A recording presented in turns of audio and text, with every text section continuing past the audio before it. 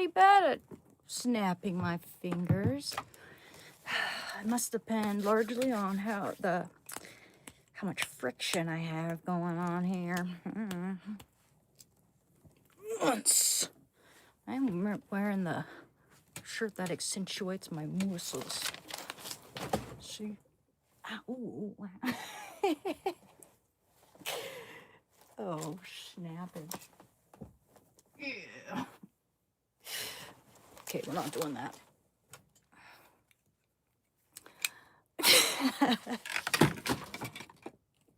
Okay. Hello, hi Ganchi, how's it going? Hey.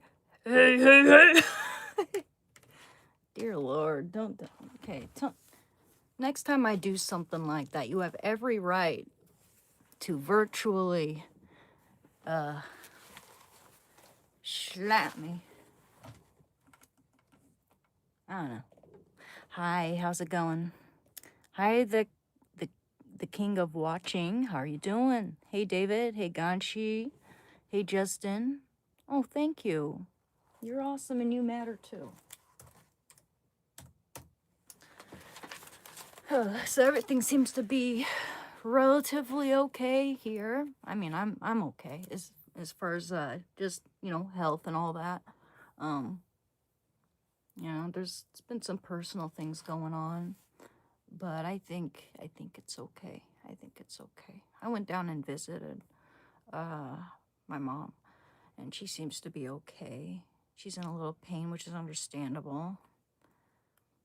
She had a blood clot in her lung.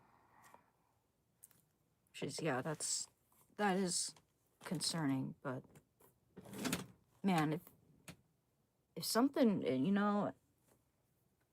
I think they should have kept her there for a little longer. Everyone agrees that they should have kept her there longer. It's like there's really nothing you can do, man. Fuck, I try everything I can. Try to say everything I can to persuade, and it's just, I've got very little power to do anything about any of that. Hey, I don't like you people. Can you tell me what the word tangent means? Oh, Google. Tangent means to basically, what's a good way of describing it? Yapping my big yapper, maybe veering off subject every now and then and just sort of going on a whole, like, just, like, for instance, we're having a conversation about one thing and, I lose track, I get distracted and I start, like, spilling the tea, talking about something else, and I'm just like, yap, yap, yap, yap, yap, and I keep going on and on and on and on. I was like, oh, wait. Whoopsie, tangent. I changed the subject there for a minute. Sorry about that, Chief. Let me look up a more cohesive definition for you. It's like I know there's a better synonym for that. I can't think of it at the moment.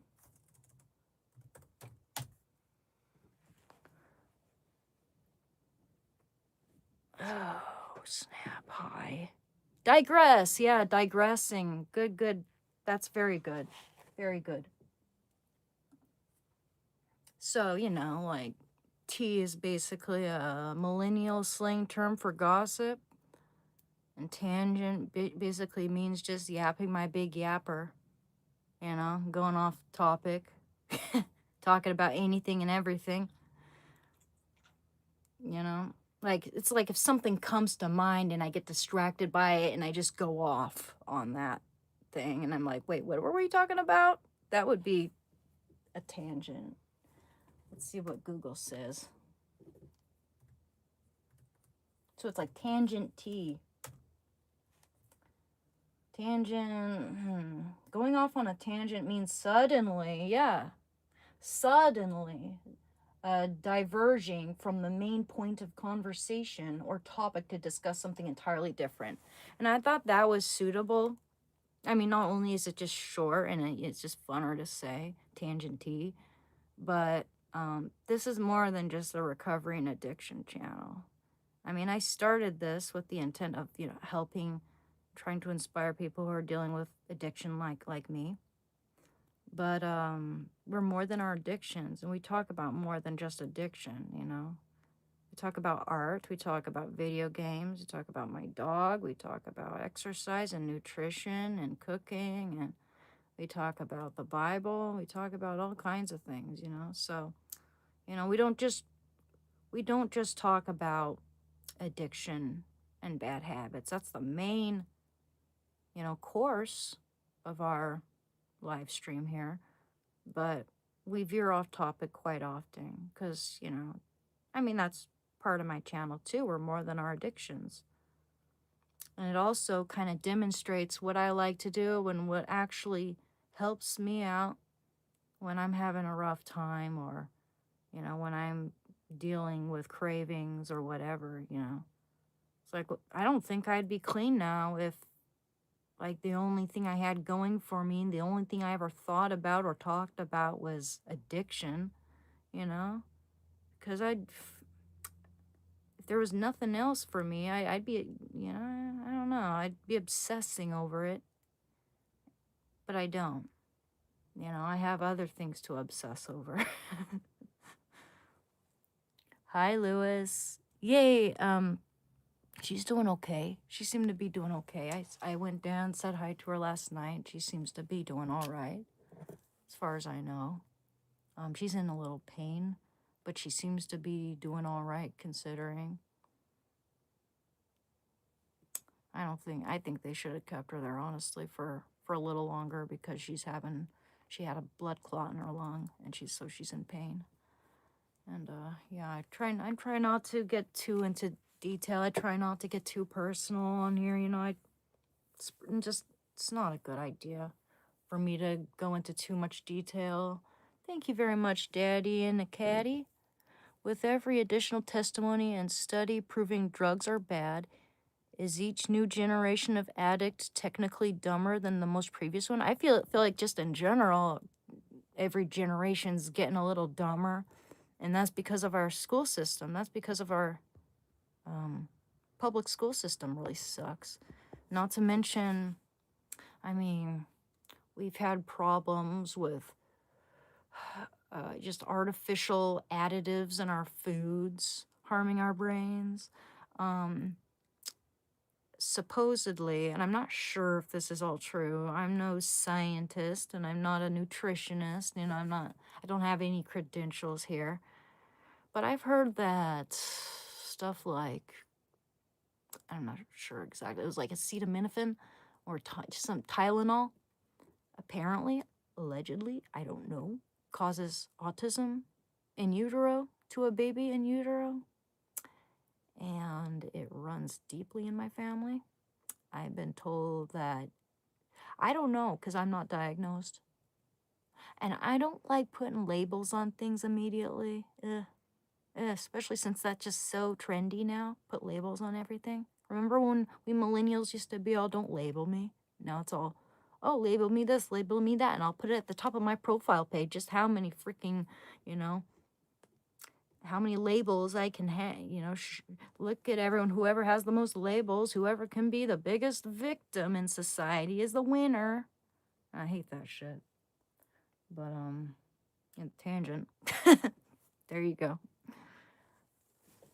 Oh, yeah. I've been addicted to Xanax on my healing journey. It's tough and off on it for 10 years. I really want to prove we can recover. You do, man. You do. Listening to you is so awesome and has helped me. Man, you have no idea how much that means to me, dude. All that glitters. Thank you. Thank you so much, man. You do prove that we recover, and we need more of you on my channel. We need more people like you on my channel. We prove that we do recover. And there will be people who say to us, once a junkie, always a junkie, you know, or try to remind us of how stupid our decisions were back in the day. I don't know if it's just like a little ego power trip, where they just feel mm, like treating us like children in a way. Some people will, some people will feel bigger than you just because, well, I would have never made such a stupid decision in my life, so I'm gonna try to, well, essentially mog this person. Look at me, I'm perfect. I'm, milk toast over here. Meanwhile, they're at home probably screaming at their significant other, um, throwing their underwear around on the floor and spilling their milk on the counter, expecting someone else to clean it up. I don't know. Like everyone's got their flaws, and there'll be people who will try to, bring you down to make themselves feel better. You know, that's the thing. Like, people know I used to be an addict. Some people, who are a little dark in the heart, they're gonna use that. They're gonna weaponize it against me. That'll happen. That happens to addicts. People will use that to shame you, to make you look bad, to discredit you very commonly, you know, make you seem like, like no one should believe you. This person used to be a junkie.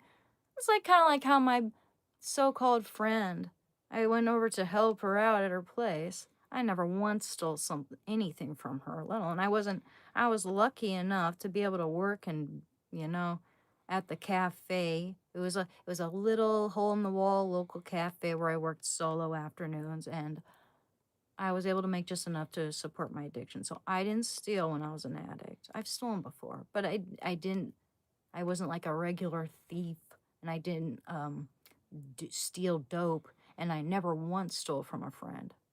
Anyway, I get accused of stealing her medication the minute I leave her house, and I'm like, I don't even know what she's talking about. I saw she had some like Suboxone on her counter, so I'm like, maybe she thinks I took that. Well, I already have my own.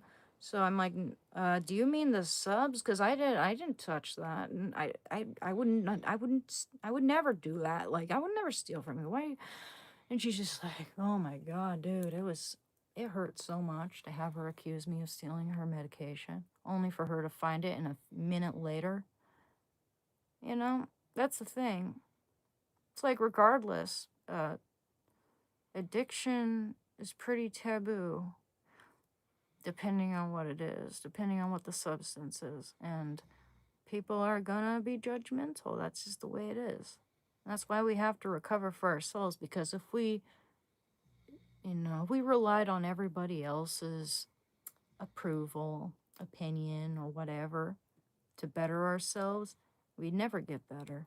We'd be a ticking time bomb all the time. I mean, maybe we're already ticking time bombs, but we're sure as hell more secure and stable if we're doing this for ourselves, because we have resolve and we want to live a better life, and we have, kind of an idea of a vision for our future that we hold dear, that's precious to us, that maybe we've had this vision since we were children, and we just so happen to remember how important that vision is after going through addiction, and after dancing with the devil too many times, dancing with the Grim Reaper on occasion. So, guys, you just don't ever let anyone say, once a junkie, always a junkie. You better yourselves because you want it, because you know that it's good for you, and because you think for yourself, and you have integrity, and you don't live on anybody else's watch. You don't have to ask anyone's permission to, like, better yourself every day from this point onward. We're not always in control of what happens to us in our past. Like, some things we are in control of, some things we're not. But if there's one thing that we can't control, it's just what we do with the time we have right here, right now. Unless, of course, a big tsunami hits me, and then it's like, I can't do anything about that. But, yeah. It's, fucking A. Okay. Yeah, deep topics indeed. Yeah, pretty much. You know, we're not always this serious. You know, we do have silly shenanigans here and there. I like to play video games. And why are my bangs looking all weird? Sorry. I'm not like obsessing over my looks. I just if my bangs look all weird, I notice it.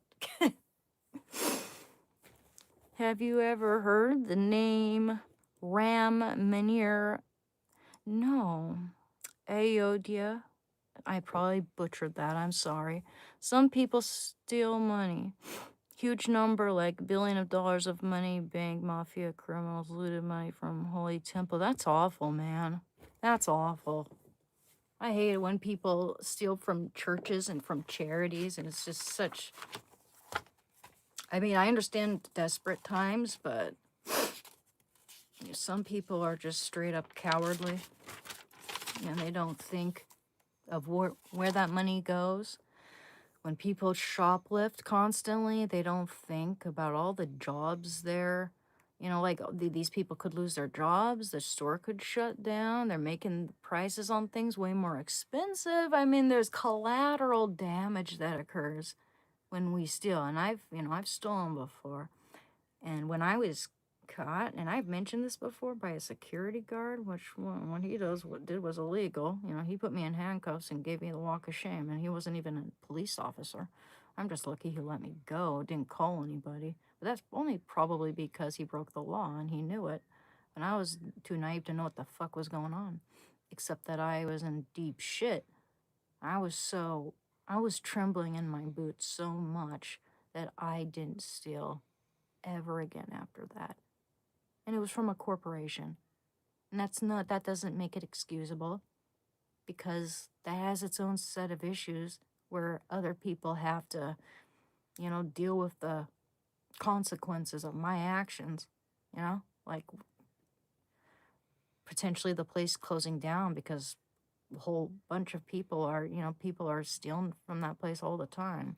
Or, like all those things I just mentioned, can, it can affect other people's lives very negatively, not just my own, which is one major thing that, kind of enlightened me, thinking about all that and looking into it and realizing, holy shit, this has way more repercussions, and I should have known better. I mean, I knew better, like that it was bad morally, but wasn't aware at that point in time in my life just how, I was in my addiction too, but that's no excuse.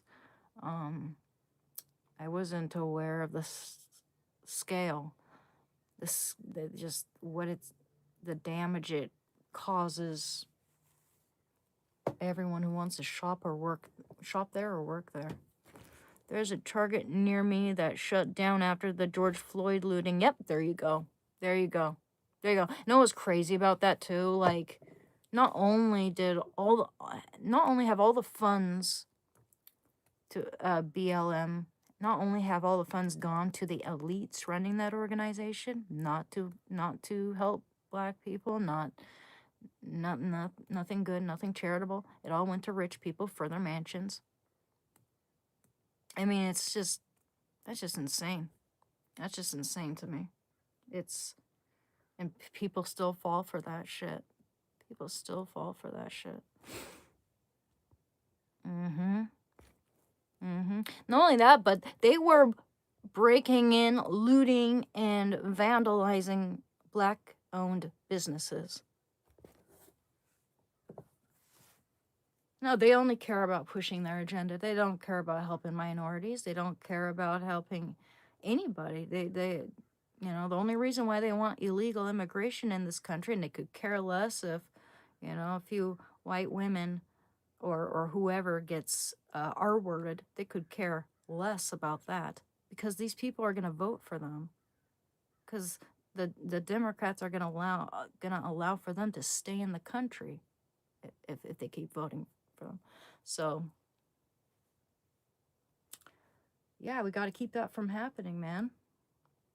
I want to be able to walk outside and feel free and not like I gotta, you know, pretend to be a guy. Hey, should I put on a mustache?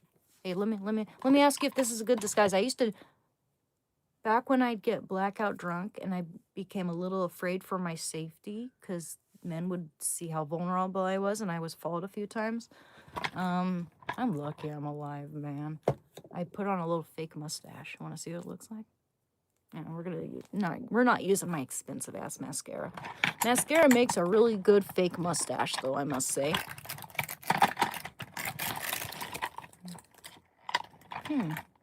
I'll just use this. Hello, hello, hello. Yeah, exactly. Plenty of American women are terrified. Yeah, exactly. Precisely. I'm lucky to be alive. Fucking A. I mean, we had a serial killer on our hands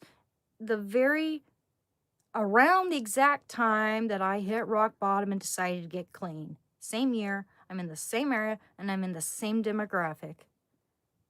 A 30-something-year-old heroin addict. You know? That's what this guy was targeting. Jesse something Calhoun. He was actually someone who helped with, with the wildfires, and they just let him go. I thought it was like a COVID thing. But yeah, they let this guy go, and he just turned out to be a serial killer. Killed like 5 or 6 women or more, probably.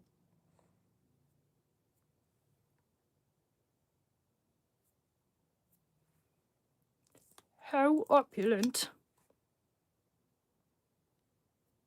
Crystal chandeliers.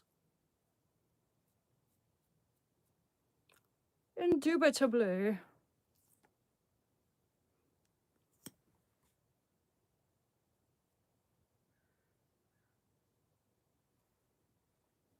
Am I Shakespeare? Shakespeare! Okay. I'm a little obnoxious, aren't I? We need a hat.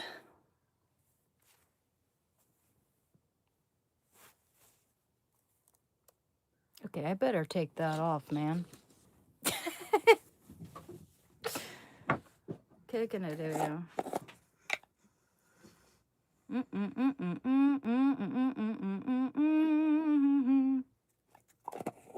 Oh, now I look like that guy from Pinocchio.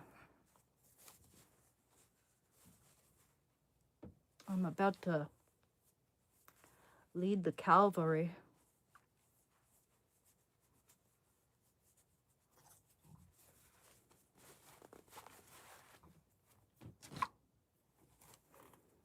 Hi, Freddie Mercury. Yes, I love Freddie Mercury. Oh, yeah, I've done a Freddie Mercury impersonation a few times. Yep. That's how I feel when I let people do my nails. I'm a dude. Yeah, I'm not good at doing my own nails, speaking of which. I'm really, really bad. In fact, what's really ironic is that I started painting my own nails just to protect my nails from my biting them all the time. Thought it would keep me from biting them. Well, now I have this new habit of peeling off the nail polish when I'm nervous.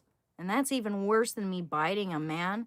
That completely rips up the entire surface of my nail, man. It just like, it strips off like a whole layer, but I'm like, if I peeled just a little bit, I gotta rip the whole thing off. I can't just leave that little tag hanging there. I gotta be like, yeah, it feels so satisfying. But I know it's bad. I'm hurting my nails and I'm wasting expensive ass nail polish. Am I American? Yes. Level up, that's right. May I ask again, have you watched The Brave One with Jodie Foster? I have not. Thank you for asking the question again rather than just assuming that I was ignoring you. Because some people do that, and sometimes I just miss a little bit of the chat. That's normal. That's pretty normal. But yeah, I haven't seen it. The Brave One, I'll look it up. That's a thing, guys. I love writing down all the references you give me. I can check out. That gives me something to occupy my time with when I'm done with this. Other than other things.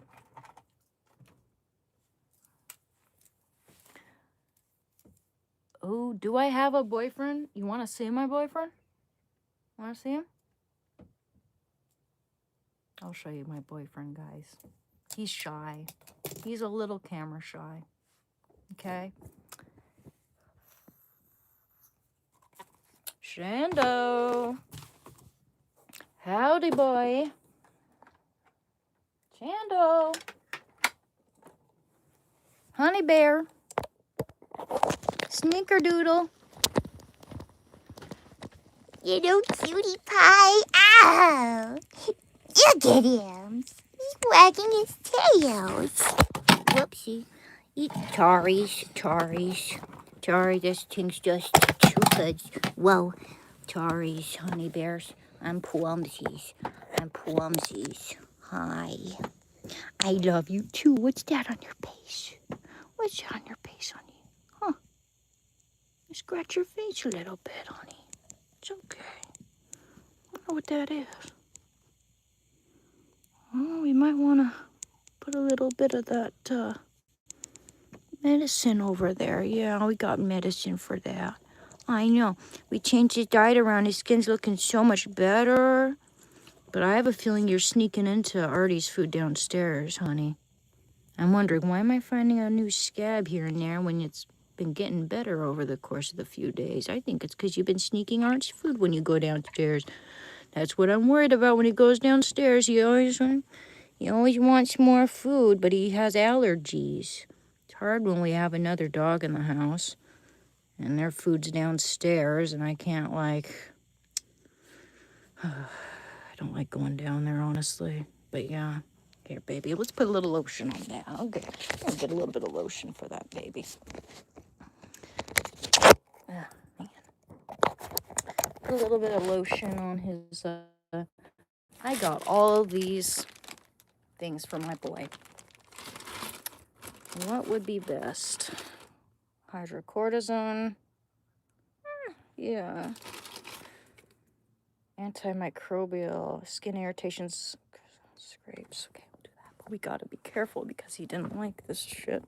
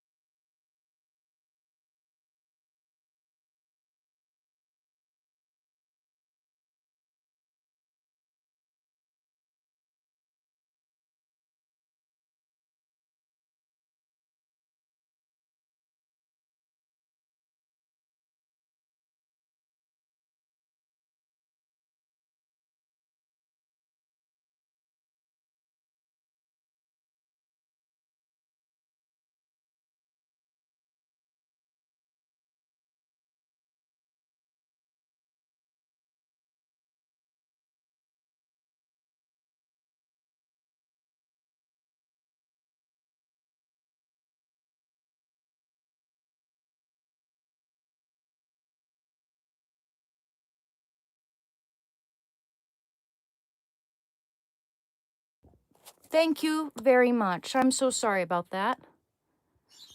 Oh, I was muted there for a while there. Sorry about that, Chief. That sucks. Yeah, sorry. I'll pick up my phone and my finger just lands right on the mute button every single time. I apologize for that. Thank you for the gifts, guys.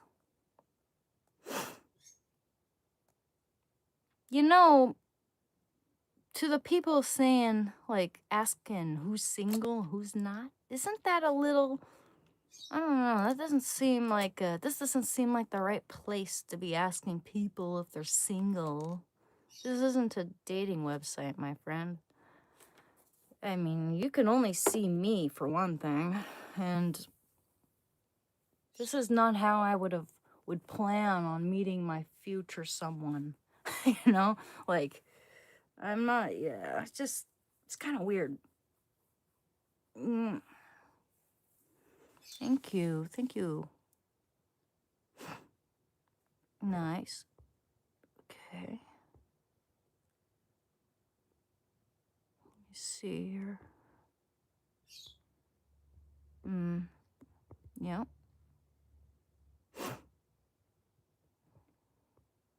Hey, Alice. Hey, Cowley. Sharkfin. Love works in mysterious ways. You're right about that. I thought I knew what love was until I actually did fall in love with somebody, and now I will not accept I will not settle for anything less than that. I'll know if I'm in love, and I'll only, I'd rather be lonely for the rest of my life than end up in a situation where I don't even have chemistry or, have any feelings for a person. Why am I being so weird right now? A sec. I don't like that. It's annoying. Hee hee.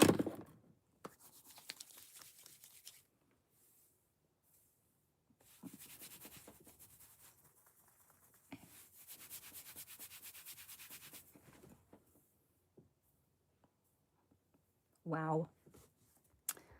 What's up? My advice? Don't get married. Well, that doesn't sound good, man. Why are you giving me that advice? I'm curious. Don't get married because it's overrated, because you think that judging, is it based off what you perceive, like what you perceive when you see me? Do you see me as not really being compatible with anybody, or do you think that people will only hurt you, that it's ultimately gonna result in pain? Of course, there's always, difficult times. That's why you kind of fight through it. That's one reason why King of the Hill is one of my favorite shows, because the Hank Hill and Peggy Hill, they have their own set of issues, but they always make it at the end. They're always they're able to sort of, come to an agreement at the end because they love each other. They're able to just deal with their issues the way a family should. I don't know. I mean, I feel like a lot of people. Yeah, King of the Hill is one of my favorite shows. I feel like a lot of people, especially like millennials, um, where I feel like a lot of millennials have a hard time sacrificing, or sacrificing their childhood to give someone else a childhood. I don't know. Do I like The Simpsons? Yes. I never grew up with The Simpsons though, because my mom didn't approve of it. But I heard it was pretty prophetic. Like they prophesized a lot of things. I just showed you my boyfriend. He's afraid of fireworks. Hey. Oh. Hey, Jayla. Thank you. A lot of women like darker skin, man. Like your skin doesn't offend all women. And if any woman was offended by the color of your skin, then she's got issues. Major issues. But I wouldn't go around making that assumption, because that's gonna embitter you towards not only women, but you're just gonna feel bad about yourself, you know? A lot of I've seen it where like women don't like white, you know, really light skin, and they go for more tan skin. You know, we all have preferences. We all have preferences, man. Some guys like skinny chicks, some guys like big booty chicks. It's all good, you know? That's the way the world works, and it makes it more interesting to be here. I doubt that, Kevin. I very much doubt that. I mean, I don't doubt that maybe you've had an incident where someone was mean to you or whatever. I mean, that happens to the best of us. But I doubt that every woman in the world doesn't like you because of your skin color. That's not true. That's just simply not true. Yeah, everyone likes something different, precisely. And there's nothing wrong with that. There's nothing racist about it. There's nothing discriminatory about it. There's nothing negative about having preferences. We all have preferences, and we get shamed for having preferences, oddly enough. It's funny. That's like the perfect example. Like when people criticize you for having preferences, it's like, what are your preferences? Do you have preferences? These are the same people, like, they'll be like, trans women are actual real women. Even though, like, I mean, I'm not gonna, like, it's like Blair White comes in the room. I'm gonna address them as a woman because it's a social thing. It's a respectful social thing. But if we're talking about just like biology and science and all that, then of course she's a man by that definition, you know? Did you have a height preference? Oh, no. No, I mean, I'd probably prefer that I don't like bend over to hug or kiss someone, but I'm 5'7", so I probably wouldn't necessarily be preferring someone who was like 5'1", 5'2", 5'3", even 5'5", even. You know, I mean, it's just you know, I don't know. I guess you'd have to be very charismatic and kind of reel me in that way. But if you have virtually no personality, and yeah, I'm probably not going to be that attracted to you. I'm usually attracted to funny, intelligent guys. Fun, humor, and intelligence are the two things that typically catch me the fastest. Like catch my attention and turn me on the fastest. But it's kind of like these people who they say that, oh, trans women are real women, but then you'll ask them, would you date a trans woman or a trans man or whoever? And they're just like, no, because it's, why not? If they're a real man or a real woman, like, why wouldn't you? And they're just like, because personality. And I'm actually going off of a real interview that I watched. And she's like, well, anyone, the interviewer's like, well, anyone could have a different personality. Like, that's redundant, doesn't make any sense. And they're just like, you know, people are just afraid of being called names.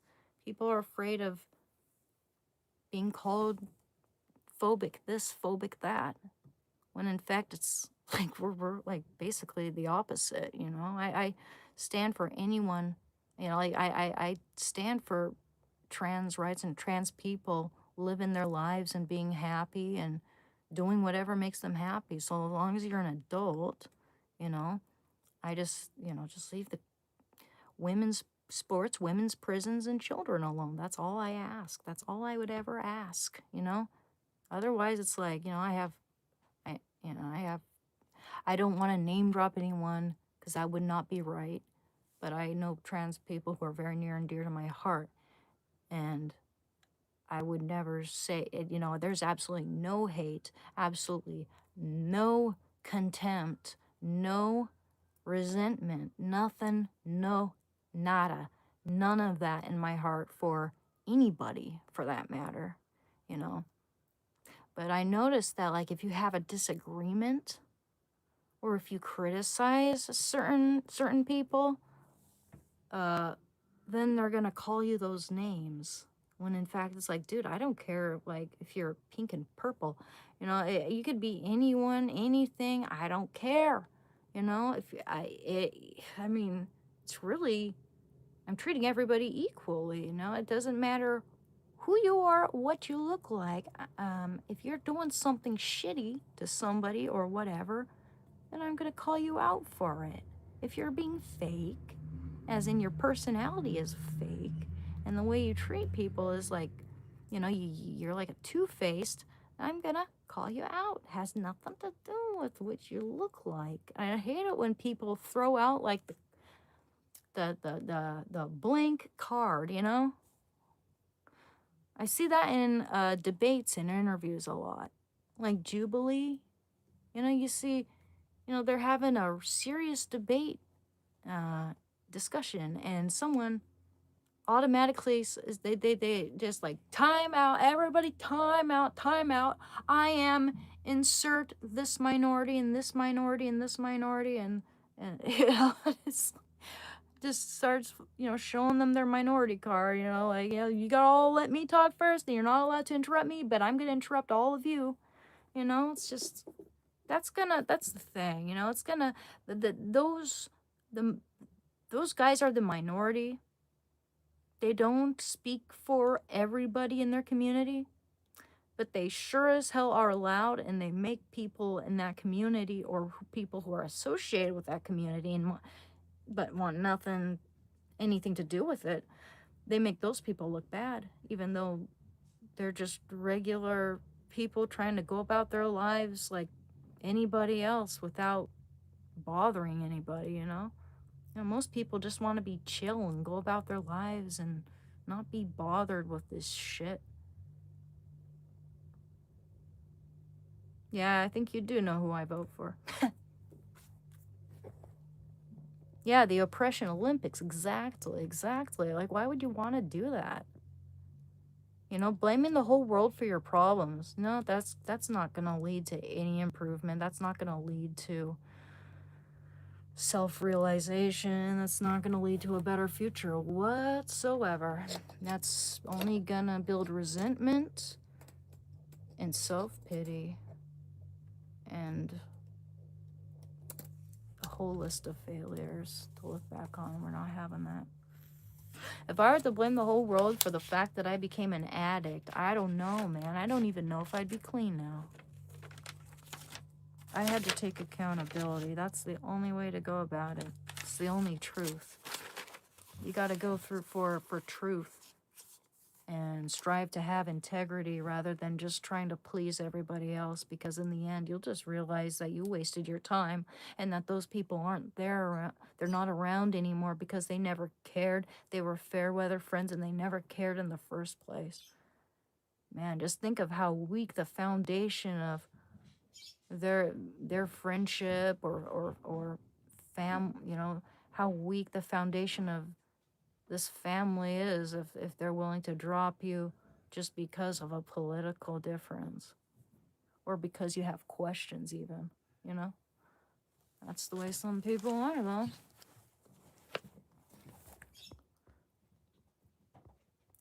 Have you had what? No. Oh gosh, by the way, speaking of stroke, you know what? I was took Shando for a walk today. And as I was reaching to get actually I was like taking off my bra. And I got a kink in my neck, and it felt like a jolt. It was the most painful kink in my neck, and I get kinks in my neck, and they are painful, man. But I felt like I was about to have a stroke. It felt like an electric shock to my brainstem times 10. And typically I don't get them all the time, not like every day, but like every once in a while I do, and I have a tendency to get them every now and then. But I guess I was used to the point where I usually don't say anything. I'm just quiet about it. But this time I'm like, it was so painful. This is a very interesting point. Everyone is an addict. Well, anyone can become an addict. We all have our vices, we all have our weaknesses. Some are more socially acceptable than others. But if there is one substance that has wreaked more havoc in general across the entire world and has destroyed families, destroyed people's looks, destroyed people's brains, their personalities, has fucked everyone over, and has the most collateral damage, it would be alcohol. 100%. Alcohol fucks everything up. I hate alcohol. I wish that we could all control our liquor, but alcohol doesn't help no one. In fact, they've come to the conclusion now, upon studying the effects of alcohol, that just moderate drinking is really bad for you too, man. I mean, you just add all those weekends up, I guess, and it's just not good for you. It's poison, regardless. I have nothing against people drinking for celebrating or just moderate drinking. I'll even probably have a drink on New Year's, or on my birthday, right? I shouldn't mix it with Suboxone ever. I have nothing against that, but like, I find drinking becomes most harmful when you use it as like a means to escape painful things in your life. If you're drinking because you're celebrating once in a blue moon, that's cool. I'm 100% for that. That's fine, you know?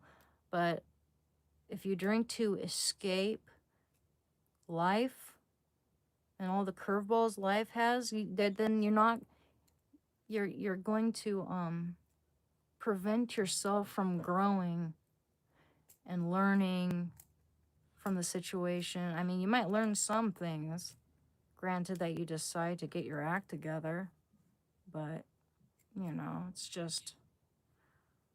it's hard, man. It can reel you in. It's a slippery slope, and it you know it shouldn't have to take hitting rock bottom or a scary like health issue to finally make a change that's gonna better your life. And I hear of people getting clean and then their whole lives change, man. I mean, they're married now, they have kids now, like everything they dreamed of. That's what I dream of too. I hope I get there. I don't know, man. I need to maybe join a group of people, meet more people. I need to meet more people. I just feel a little stilted lately. It's hard to explain. Social drinking is okay, yeah, once in a blue moon, not like all the time. I don't think there's anything wrong with that if it's kind of like a celebration once in a while. But if you're doing it to escape your problems, then yeah, it's gonna cost you and people you love potentially. But in general, I really don't have anything against enjoying a drink every once in a while, so long as it's not like an escape. You know.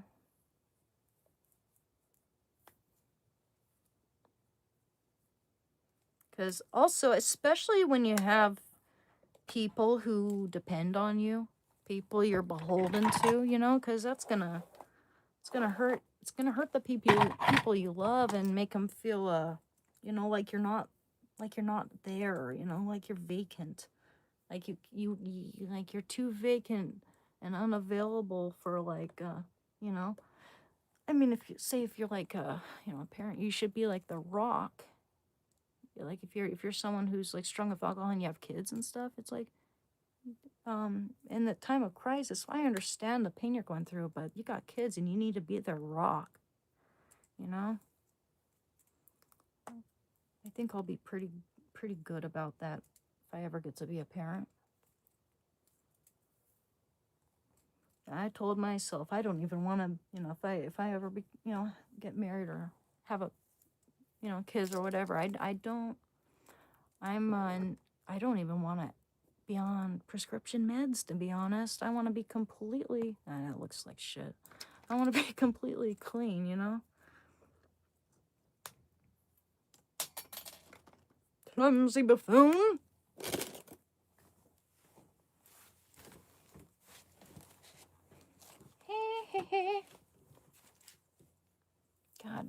names are all weird. Why?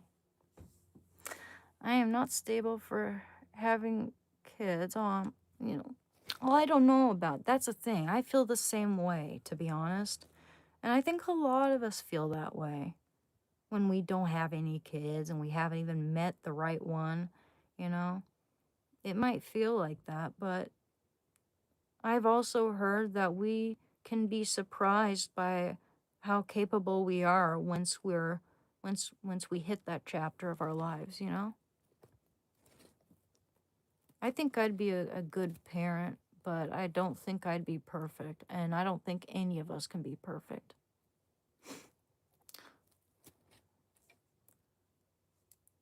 Yeah, no booze, no cigs, no sugar. Yeah, sugar really, really wrecks you. Absolutely. In fact, I tend to get acne in the summertime around my nose. And I think some of that might be because I was having, like eating popsicles earlier this week and eating a lot of sugar. Once in a while, I will have cocaine, and it feels quite powerful. Well, especially if you hardly ever do it. But yeah, I've done that a couple times. I'm glad that I never, became addicted to it.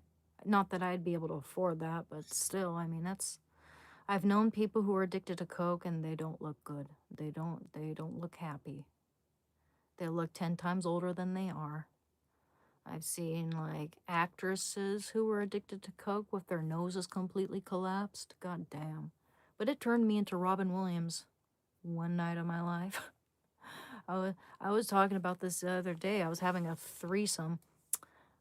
My friend invited me over to have this engagement, if you will. And she wanted to introduce me to her friend, who's this tall dude. He's like in his 40s. My friend's in her 50s, and I'm like 32 at the time, I think. And I just would not stop cracking jokes. I would not stop cracking jokes the entire fucking time. And my friend's like, "Shut up, Ann." And he just said, no, keep going. You're fucking hilarious." And he looks over at my friend, because he's known my friend here for a long time. He's just meeting me, and he's just like, "Where'd you find her?" Like, where'd she come from? What a weirdo. No, he genuinely thought I was funny, which was really, that was nice. That was nice. I wish I could be that funny. It's like, no wonder Robin Williams, it's like, he actually did have issues with coke, and I can totally see why a comedian, especially if you become that big and famous and you have to keep coming out with stuff you gotta stay relevant and fresh in people's consciousness, so yeah, a lot of these people do stimulants and cocaine to help them out with that. I can only imagine how hard that is, man. Yeah. But yeah, I was surprised. That happened one time. But I know it's one of those drugs, same as many of them, if not all of them. There's a honeymoon phase, and then you keep, down, years down, or not even years, like, I don't know how long it takes to become completely dependent and addicted to cocaine. I don't know how short the honeymoon phase is there. At least with heroin, it was like, I think the honeymoon phase was about a year. And then after that, it kind of went downhill. But cocaine is one of the drugs where you get hooked and then go back to normal. Like, yeah. I think it also depends on how long you use it, how long you were an addict. Because, I mean, there are certain, like, if your nose collapses, you're nothing you can do about that. I've seen it where someone's nasal passage, their septum, I think, is completely obliterated. It depends on how far you go with that shit, man. Like with my heroin addiction, I think that I was addicted for 6 years. I think I look and sound relatively normal. The only difference is the scars on my arms, the lack of veins now. and the fact that I used to have perfect teeth and they're eroded. The enamel's eroded quite a bit, and it's very regretful for me. I have a dental appointment in like 2 weeks, and I do not look forward to that. In fact, I might even have to cancel it if I mean, I need someone to be able to watch my dog. That's the thing. I wish I could take him with me. I don't think I'm going to be able to. I can ask. I have a note from my provider certifying that he is my emotional support dog, but he'd definitely cooperate and just lay there while they do my teeth. But that still makes me nervous, and I think they make them nervous. I don't want to make their job harder. I need some help, man. 10 years heroin addiction. Before that, it was 5 years on oxys and opanas. I've never heard of the third one there. 2 years sober is a blessing. It sure is, man, and it makes a huge difference. And good for you, Johnny. We need people like you here. We need people like you here. We prove that we recover. We do. Yep. Have you tried taking the shot? Lasts a month each. Yeah, the Sublocade. Actually, that's the plan. I'm on Suboxone right now. They had me on 3 8-milligram strips. Now I'm down to 1 8-milligram strip. And I'm weaning that down, reducing it like an eighth of the strip every 2 weeks or so. Very slowly. Want to be careful about that. So I'm reducing that bit by bit. And as soon as I get down to where I basically have no Suboxone and I don't need any of that anymore, they're going to put me on the Sublocade shot for a little bit. And we'll see how that pans out. I should actually look in and see if there are any terrible side effects, because, I mean, if push comes to shove, I might just decide to, once I'm just off the Suboxone, I might decide that I'm done with any of this in my system, because guess what? It would be nice if I could just come and go and not worry about running out of something and becoming sick, like say if I'm on a vacation, or I don't know, that aspect of being addicted to heroin as well always sucked.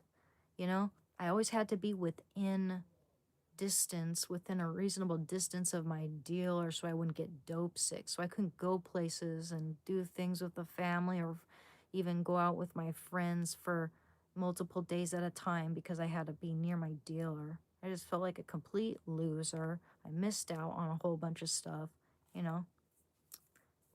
I wouldn't recommend it, my friend. But yeah, Sublocade. I'm gonna look up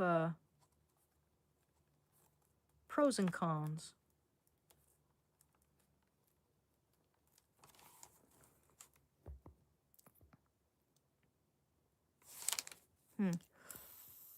Why not take naltrexone? I've never heard of that. Naltrexone.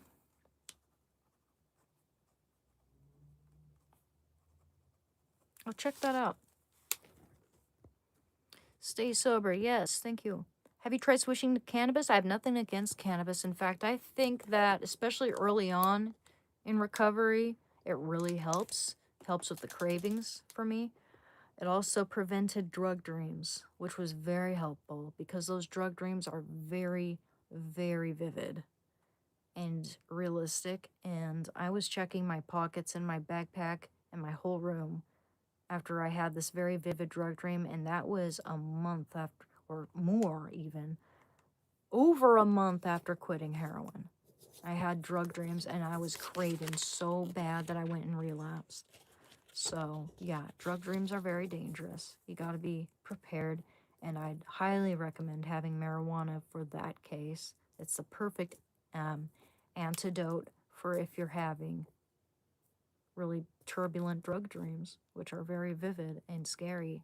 And it's like you almost feel like you've literally put the syringe up to your arm, the needle up to your arm in the dream, and then you wake up before you can actually inject the stuff. So it's almost like you can feel the coldness of the needle, and then you wake up, you know? It is just like, it's almost like someone giving you a hit and then taking away from you. It is so taunting. Those dreams are so dangerous. And yeah, weed helps that. It really does. At least for me. Thank you for the uncle alert, man. Thank you, Matthew. Beautiful. I don't get many uncle alerts. Thank you. Beautiful, man. You did heroin again at that time? Wait, what? No, I've been clean for 3.5 years, my friend. I take gummies to relax. Yeah, those are nice. I like edibles. Absolutely. Absolutely. And they're good. Like, I also think they help people with, like, I've struggled with anorexia, eating disorders. I think they help with that. It helps you have appetite, you know? Even if you're, like, dealing with withdrawal, the lack of appetite you have when you're going through withdrawal. I was only able to eat applesauce, and I got down to, like, 90 something pounds, like, very, like, skin and bones. And it was because I couldn't eat anything when I was going cold turkey, you know? I was just really sick, and the only thing I was able to eat was applesauce. But if I, had more weed, I may have actually expanded my options a little bit there. I mean, weed really does help with that. Yeah, it really does suck. Yep. Yeah, absolutely. What's my take of the 12-step programs? I think it's really helpful. You know? I have a Alcoholics Anonymous up here. I have a recovery Bible with the 12 steps.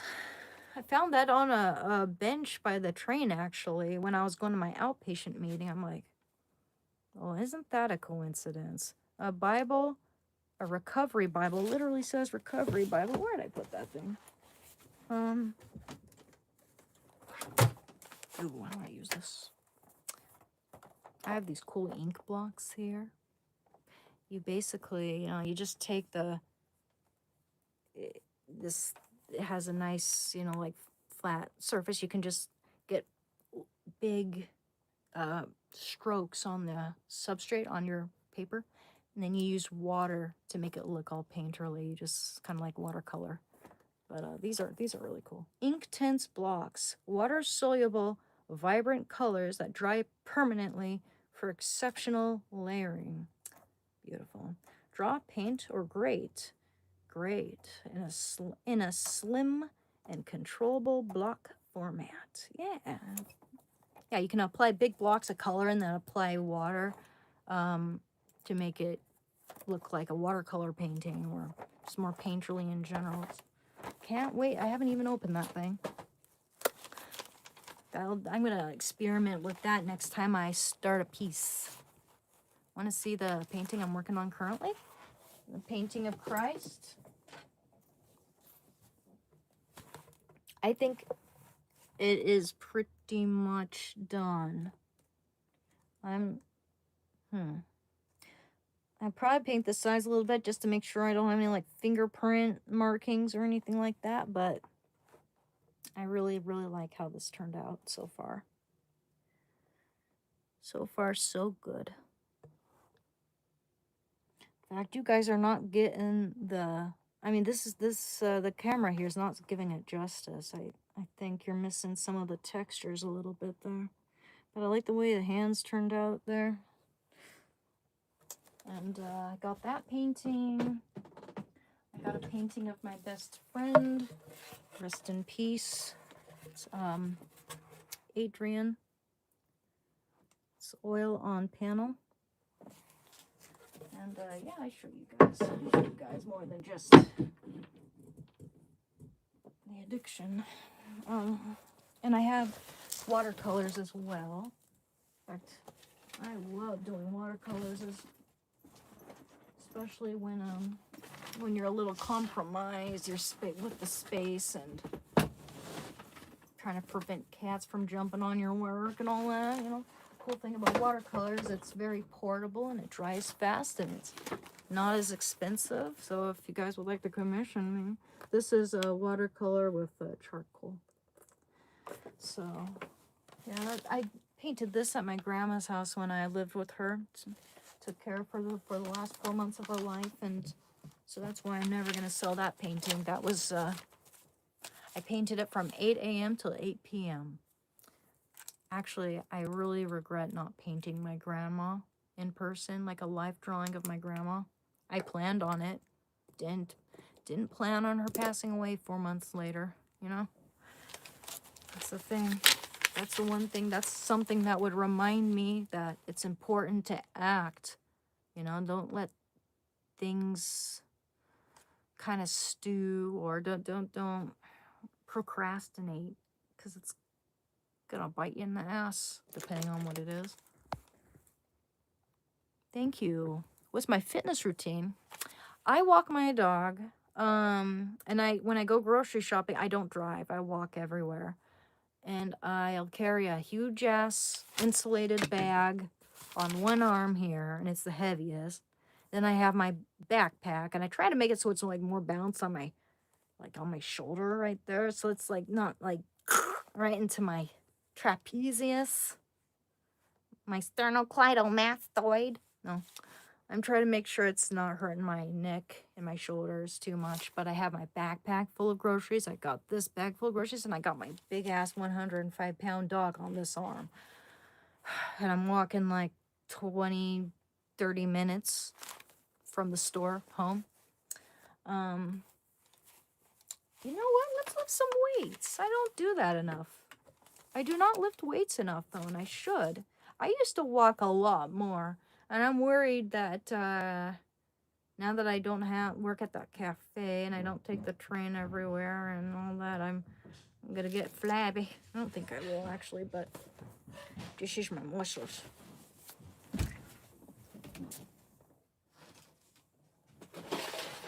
Muscles. Oh, snap.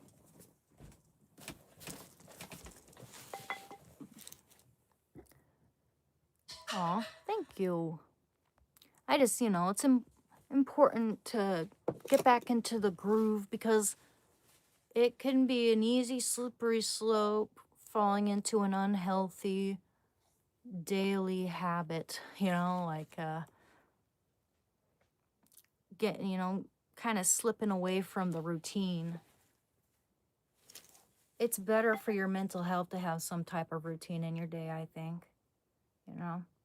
I get depressed if I sleep in past noon every day. Once in a while is fine. I think it's good for you to give yourself a break every now and then. But if you do it every day, then you start to feel down on yourself. At least I do, and I know a lot of people who do.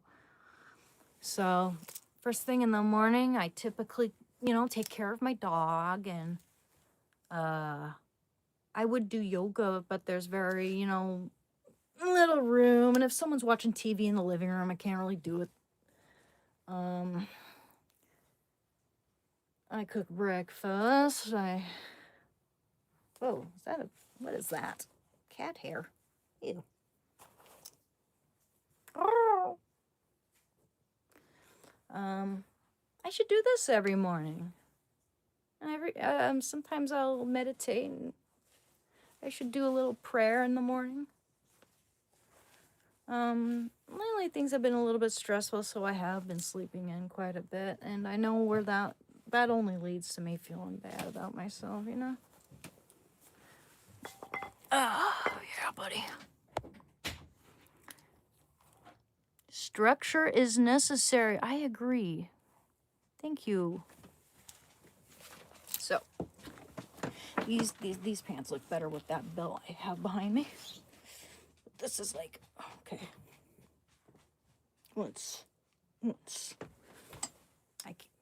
It's like such a little room, guys.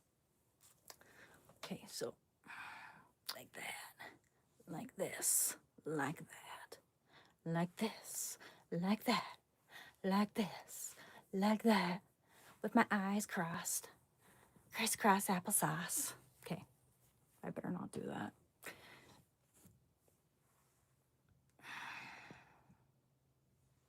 Hee hee.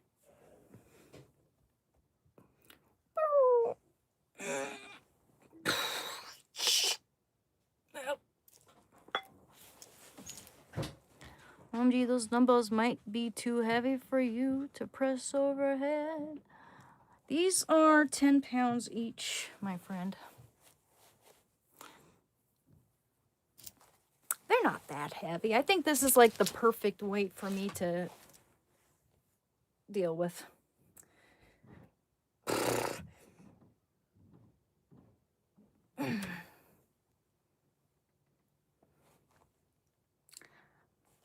You know, I used to be able to touch my toes without bending my knees. In fact, I was able to press the back of my hand to the ground like, you know, like this. You know, like that, actually. Like all my back of my hand flat on the floor with my knees not even bent. Oh, it doesn't hurt me once I get myself to that point. You know, you gotta, you know, practice, you know, kind of, you gotta make it so you can at least touch the floor with your tippy fingers first. And bit by bit, it's not that difficult. You don't want to ever force things, you know? You don't want to tear a tendon or a ligament. You don't want to tear your, like a disc or something. Yeah, I gotta be careful. Yep. How many pounds are these dumbbells? They're 10 pounds each. For you, body weight exercises would be better than weight training. Huh. Like, what do you mean? Like Pilates? I've never done Pilates, to be honest. It looks fun. I'd like to go swimming, man. I think swimming is one of the funnest exercises you can do. Good for your spine, too.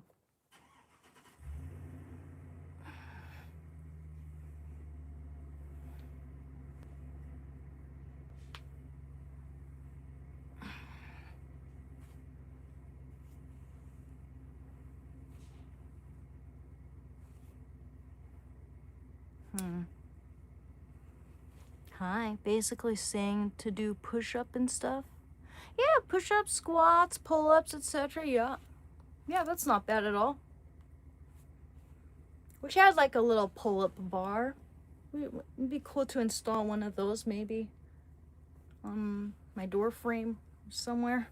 Not sure, but yeah, that would be good for me. But yeah, I think weight training is very good for anybody. I think women need to do more weight training, you know? We're known for not doing enough weight training. We do a lot of like running, Pilates, that sort of stuff. It's kind of stereotypical. But weight training's, I've heard it's just really good for your overall, like your overall constitution, your heart and all that.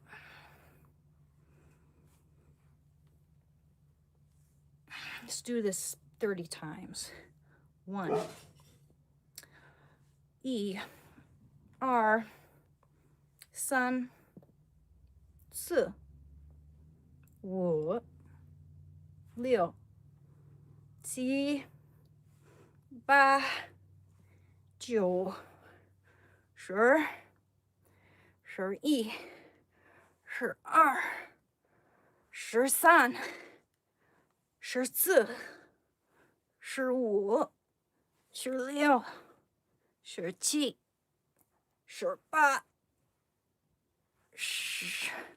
23. 24.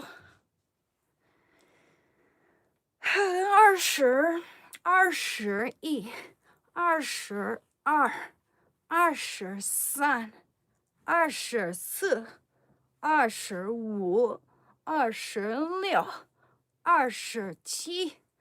27.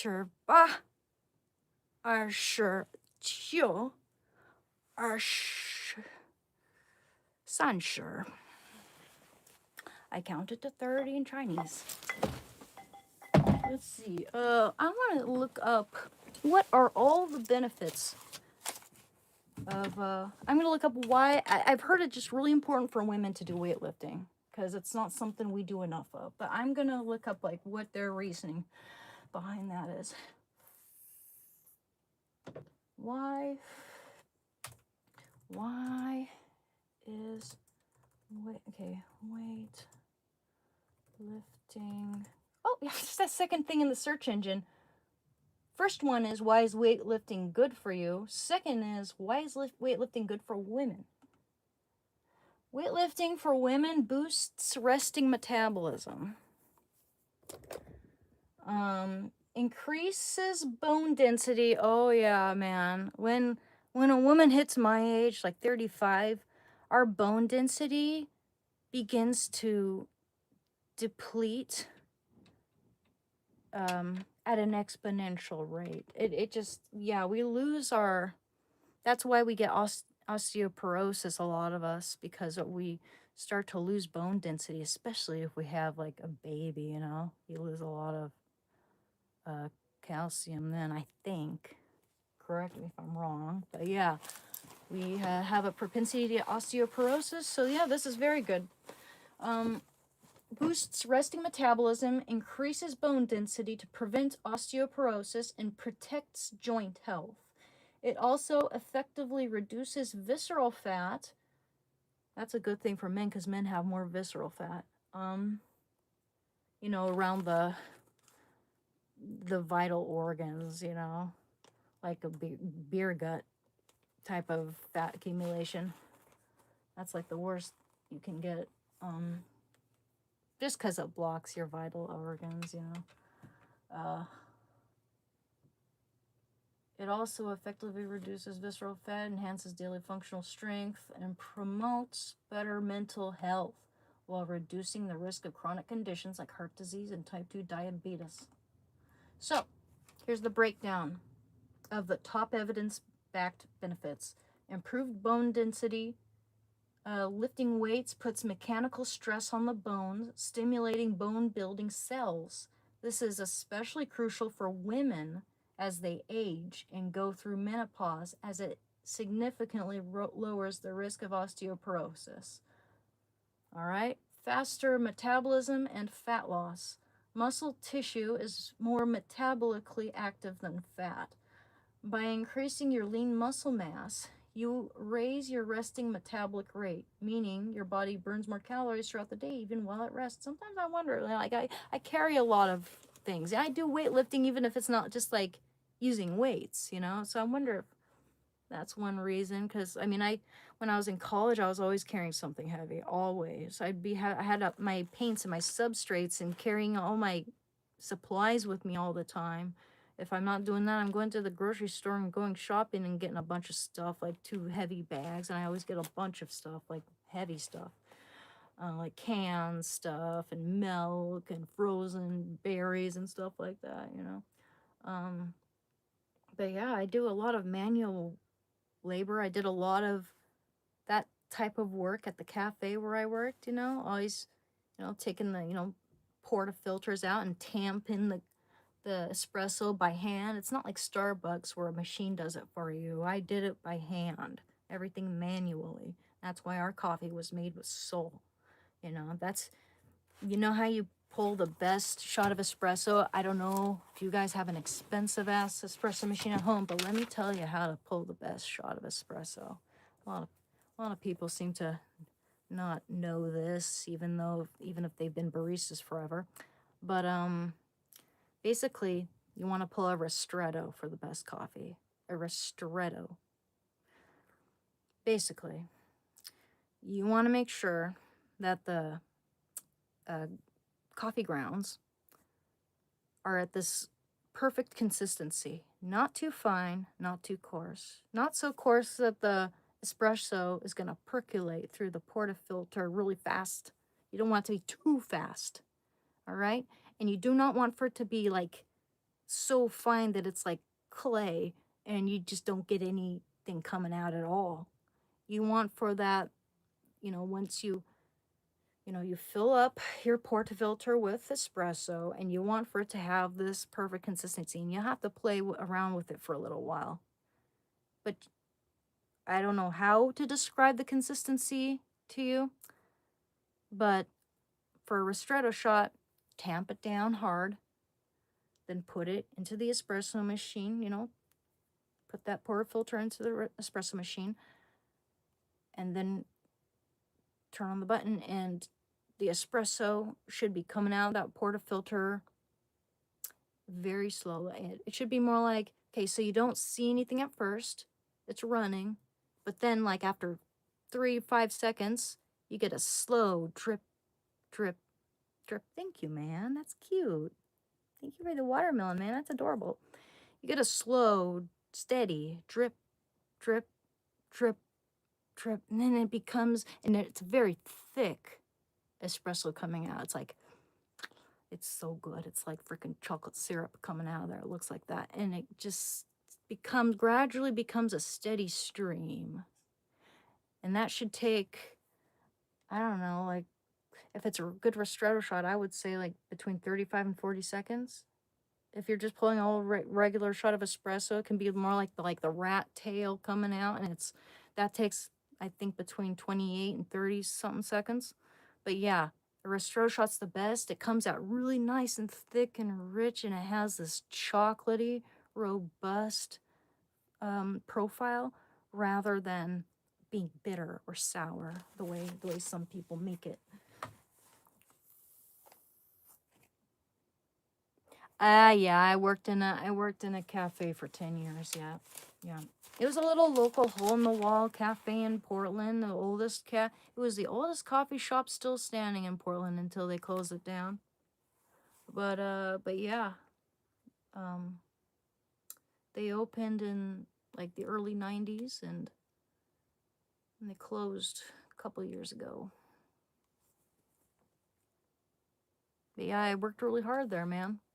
I did a lot of manual labor, a lot of work. It wasn't just, serving coffee and menu items or whatever, but it was also just cleaning and maintaining the place because it was a mess, man. We had mice issues too. And my boss never cleaned up after himself, so I'd be working in the afternoon, so I'd have to take over for the morning shift, and already the place was completely ransacked. Like, it just looked terrible. But I'd like, after my 2 day long break, I come back to work and I see like he has this whole like this bucket of milk beneath the espresso machine to spill the freaking steamed milk that he didn't use. And I go to dump, it's like stinking. It's summertime. The milk is going curdling already. It probably didn't take a day for it to get to that point, considering how hot it is. I dump it in the sink, and out comes a soaking, bloated ass mouse, dead mouse. And I'm like, how many? That happened 3 times. And I could, like, nothing I ever said could make any. I really tried to help with the mouse issue, but like, what do you do if your boss is nonchalant about it? I don't know. Well, I mean, we had mouse traps and stuff. They just kept coming back. It was just weird. Yep, Oregon, that's right. Yep, I'm an American. That is right. Proud to be an American. Is that a Woody doll from Toy Story behind me? No. Are you referring to this guy here? This is just a little model for like sketching and stuff, proportions. It was a present I got. They have some of these. They have some really good like drawing models here. This is just a classic, right? I like it. But they actually have 3D printed ones with very accurately accurate anatomy and much more flexible, much more true to life. He even will have a face on it, This is just a cheap standard one, and I like it. In fact, I should paint him. Shouldn't I? Put a little face on him. I don't know. Should I paint him? Put a little wig on him? Put some pants on him? Yeah, no, that wouldn't be a bad idea. That may make him really cute. Paint him with something bright. Give him a green shirt. Oh, a fancy Michael. Thank you. Yep. Yeah, I've been trying to get used to OBS Studio, trying to figure that out. I haven't figured out how to make it so I can see the chat while I'm gaming. But yeah, I need to have that looked at. It wasn't perfect the last time. I think we were lagging, and I feel like I need to figure it out so that it's nice and smooth and like smooth sailing, and that there aren't so many issues every time I try to start that. Woody or Jesse? I do not have any Toy Story. However, I have a duck. It's supposed to be a little lantern. Let me just plug that in. We're gonna let that charge up because this is cute. They have a capybara one too. I'll get that one next time. They have a panda one. See? It's a little ducky lamp. Has 2 brightness levels there. Isn't it cute? And I have a lot of dolls. I have ball jointed dolls, like the Japanese ball jointed dolls. I have Barbies. I've got Monster High dolls. Let me show you. Let me show you one of my favorite ones. I have so many. Ooh, these are cute too.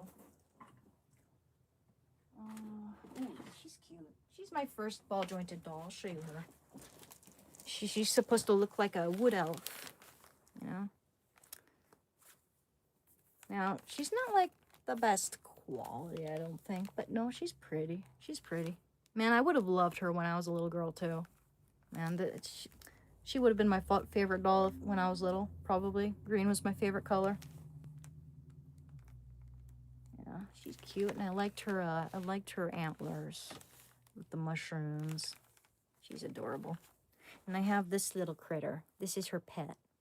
I gave her a little pet critter. And they have these in so many different colors too.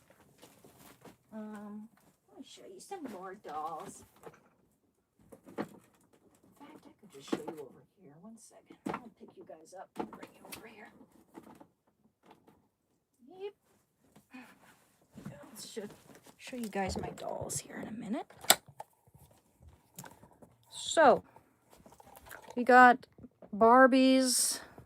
I got one of those Barbie basics, the only ginger Barbie I have, I think. I really like that Monster High with the plaid. I really like the creature from the Dark Lagoon. Let me show you my Barbies and my BJD dolls. So I have, okay, so the one, okay, she's the most recent one. The one with the brown hair there, the dark brown hair and the workout outfit. And then her, the blonde one with the brown eyes and the beautiful dress. She's the first one I ever got. And I got this ballerina one. Let's see if I can make it so the light's not about to fall. She looks like she's on something. Oh my, ma'am. Stop being so vulgar. Oh, I like this one a lot. I like this one a lot. Isn't she pretty? Let's see, make her go down. There we go. So, I don't know. I can't really adjust her right now. But I'm gonna make her sit down. Okay. And I have this one. Looks like it's he hails from some dynasty. I don't remember where. Here's a Egyptian cat lady. Oh dear, your hair's all on your face, lady. There's an Egyptian cat lady with magnetic ears, and she even has a tail. And Anubis. Anubis has a wooden Anubis mask here. Let's see. Oh, that other piece needs to be found, but oh no! It looks like that. You see, it's really cool. Let's put it in his lap. And I got this one of big boobs. She's huge, and I got all these Monster High dolls here. Whole ass collection. I've got Cleo de Nile. I got Claude Wolf, like a dude werewolf, and I also have a female werewolf. I have a dude Gorgon, like a Medusa dude. My favorite's actually the ghoul. I like this ghoul chick a lot. I like her electric blue hair and her accessories. And yeah, I got like, there's so many cool ones. Oh, and I really like her because she's got clear hands and limbs, like feet. She looks so cool, and she has a ghost. I think she has a ghost backpack, and I think she might have a ghost pet, if I'm not mistaken. No, she has like a a phantom cat. That's pretty cool, actually. She might be like my favorite one. I'm not sure. I also really like Abby Abominable. I love her hair. And out of all the Monster High dolls, the Venus McFlytrap, she has the most toned legs. And she's my first Monster High, the Draculara. She's cute. And I have Elvira. And I have Wednesday. There you go. There's my dolls. Oh, and I got more. I've got some more dolls, guys. I got some I'm hanging on my wall here. Here's some Mycene dolls. I'm like really trying to find room for stuff. Here's one that fell off the wall. Here's another Mycene doll that fell off the wall. Oh gosh, I love her jacket so much and her hair. She's beautiful. Oh, and I have this one too. This is one of my favorite ones. Let's see here. Ah, yeah. I know. See what happens when I have no room for things. But yes, she's pretty. I like her dress and everything. So I need to figure out where I can put those actually, because I'm such a mess. I am such a mess. Look at all this shit. Anyway, that's what I got. Those are my dolls. Which doll would you want to paint next? I haven't painted any of these dolls, but actually, let me show you something. I got something so that I can paint my dolls if I ever need to. You know, like a repair. They only had one of these. I got them on eBay, but they're these doll paints. Looks like they only had like pink and flesh tones here. I guess it's just like for repairing any blemish on your doll, like if their face gets scratched or whatever, or if you rub off some of the blush or anything like that. There's like blush kind of colors. I can like rouge the knees a little bit, or there's this white color. If the eye gets scratched, I can paint that a little bit or add a little something there to make it pop. I don't know, but I've got these paints for if I ever need to repair my dolls, which is kind of cool. I haven't used them yet. And there's one doll that I have in mind for that. I might want to test it though. I'm not going to just start painting my dolls without testing to see how this paint works. If I test it on a doll I don't like as much. I should get like a doll that's just for that. Just completely nude, and just like no makeup, nothing. Not even, everything. I can just do everything myself. I wish they had black color though. That seems like it would be right. I mean, it's, just in case you need to fix the pupil or whatever, but or give it eyelashes. I don't know. But yeah, looks good. Doesn't even have a brand name or anything. It's just like, that's just how I got it. Just the box that says eBay on it. We'll try that. Curious. Do I play video games? Yes, I do. Yes, I do. Want me to show you the games I just got? I'm not gonna play them right now because it's getting kind of late. But I wanna show you all the games I got during the spring sale. My favorite game is Xenogears. 1998 for PlayStation. It's an RPG. It has the best storyline. It is such good music, wonderful music for a game. I mean, actually, there are a lot of games with really good music. I think Final Fantasy VII has a really good soundtrack, too. These RPGs have the best soundtracks. But yeah, I got Suikoden, which I heard is really good. I heard it's even better than Xenogears, and I wish I would have played it when I was a kid so we'd have that nostalgic element as well, but it is what it is. Okay. Oops. Oh, let me see here. My man. Let me fix this so I'm not like running over my cords or anything like that, guys. Hey.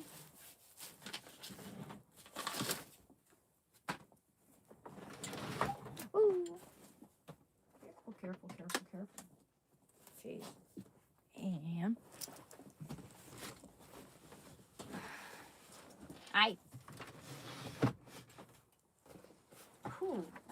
there. What the hell? Ah, man. Just gotta move this along. Huh. What a mess. I'm telling you, this is starting to motivate me. Start organizing my stuff a little better here. All right. Let me share my info first, though. Before I show you my games, I want to share my info in case anyone would like to commission me or support the channel in that way. I appreciate it. If not, that's okay, too. But I'm just going to throw it out there. I showed you some of my artwork. You can also check it out on my Instagram. I share a lot of my art on my Instagram. So there's that. So, let's see.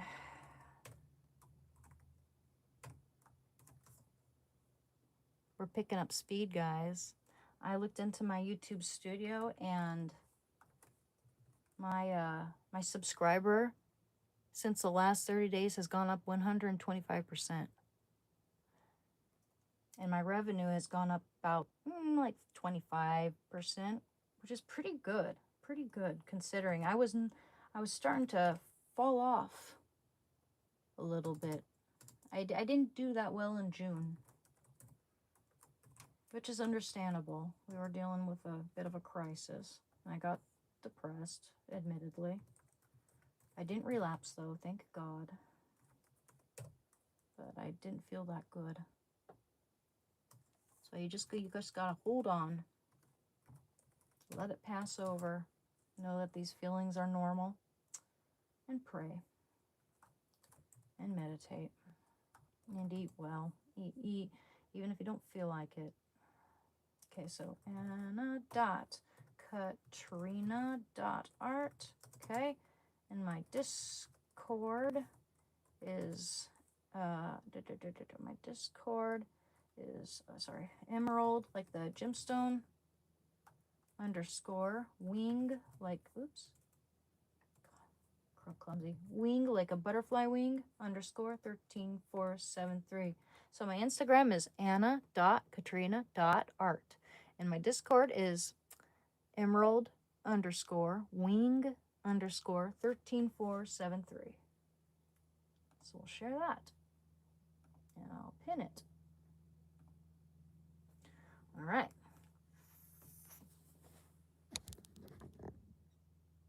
Well, thank you, Tio.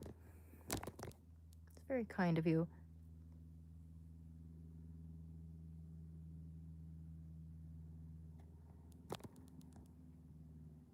I'm easy to listen to? Oh, thank you, Willow. That's very sweet of you, man. Thank you. I know some people who think I'm a little annoying, so that warms my heart. Thank you.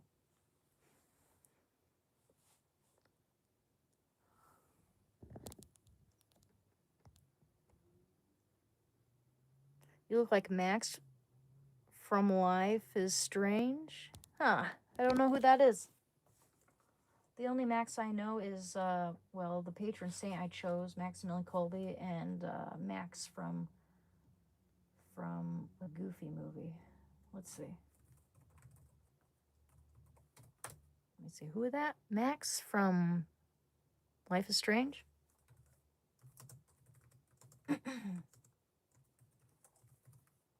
People are strange. Ooh, yeah, okay. Oh. Protagonist in Life is Strange, an aspiring photographer. She discovers she can rewind and manipulate time. Okay. She looks like a video game character. Yeah, I can see that. Totally. That's me, guys. Haircut too. Exact same haircut. Oh, thank you. Oh yeah, I was going to show you my video games. Thank you. Let me show you my video games that I got, though. You're going to love them. You're going to love them. I got so many good games. So I have been playing lots of Skyrim lately, but that's kind of like, you know, you can play Skyrim forever, practically. I have Dogpunk. I just got Dogpunk. Suikoden, which I really look forward to. I have The Evil Within 2. The Need for Speed. I got the Need for Speed Heat. Divinity Original Sin 2. Divinity Original Sin Enhanced Edition. Divinity Original Sin Classic. I got Stray. It's about a cat. Resident Evil 0, which I used to have for my GameCube, and I have won it a long time ago. I don't even really remember it. I haven't played this game since I was like maybe 15 or so. But yeah, Resident Evil 0. Tomb Raider. I have Tomb Raider Legend. I've got Rise of the Tomb Raider. I've got Shadow of the Tomb Raider. I've got Tomb Raider. I've got Devil May Cry HD Collection. I've got Ark Survival of the Fittest. Ark Survival Evolved.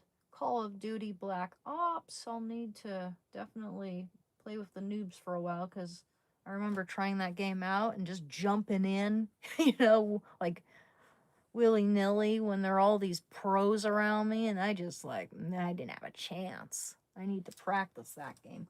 I've got No Man's Sky. I have Hogwarts Legacy. I've got the Spider-Man remastered. Ooh, I really want to play that. Dishonored. I have Batman Arkham City. GOTY. I have The Sims. The Sims 4. I haven't never played The Sims, actually. I've got Bioshock Remastered. Phasmophobia.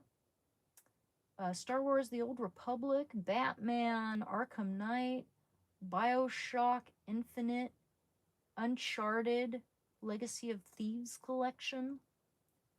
I've got Lord of the Rings Online. Apartment 1406 demo. Aim Labs, so I can practice my aim.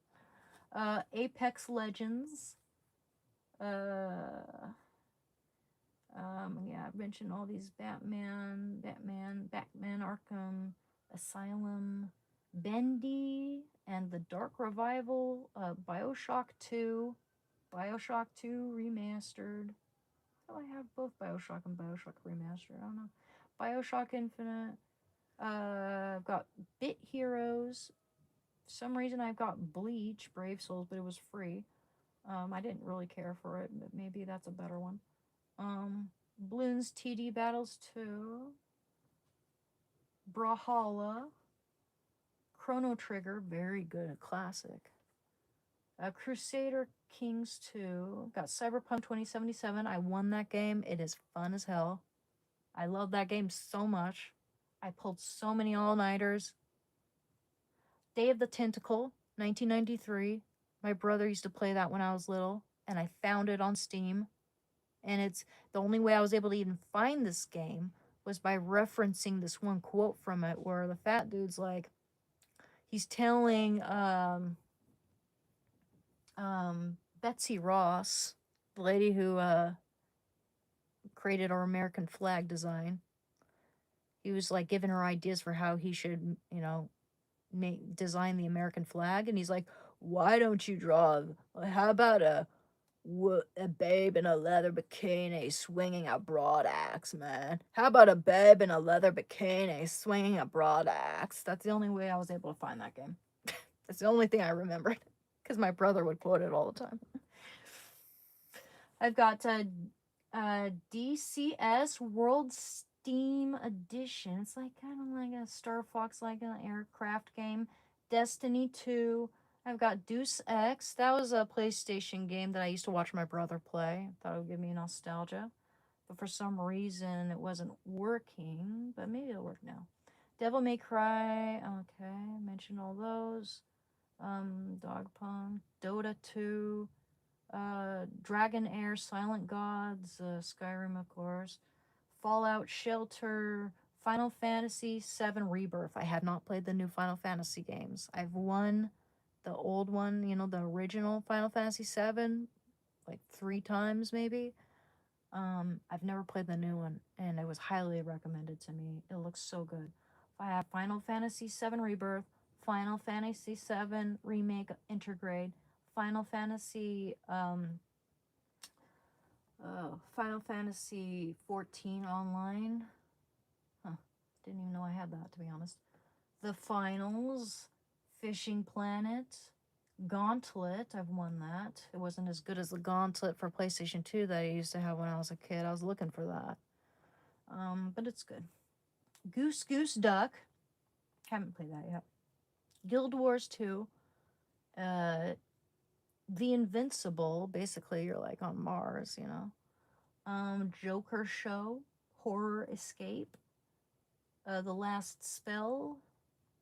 Marbles on Stream. Rivals. Spider-Man.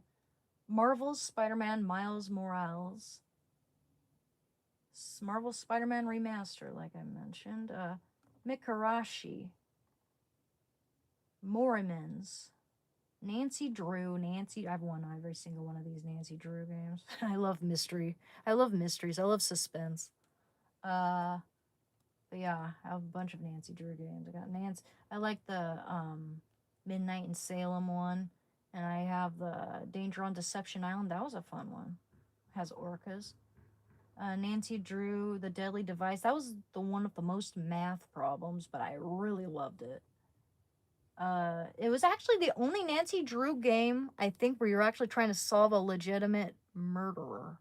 You know? It was the only, like, it was the most serious one, actually. The most, not as Scooby-Doo like. It was more like true crime, you know?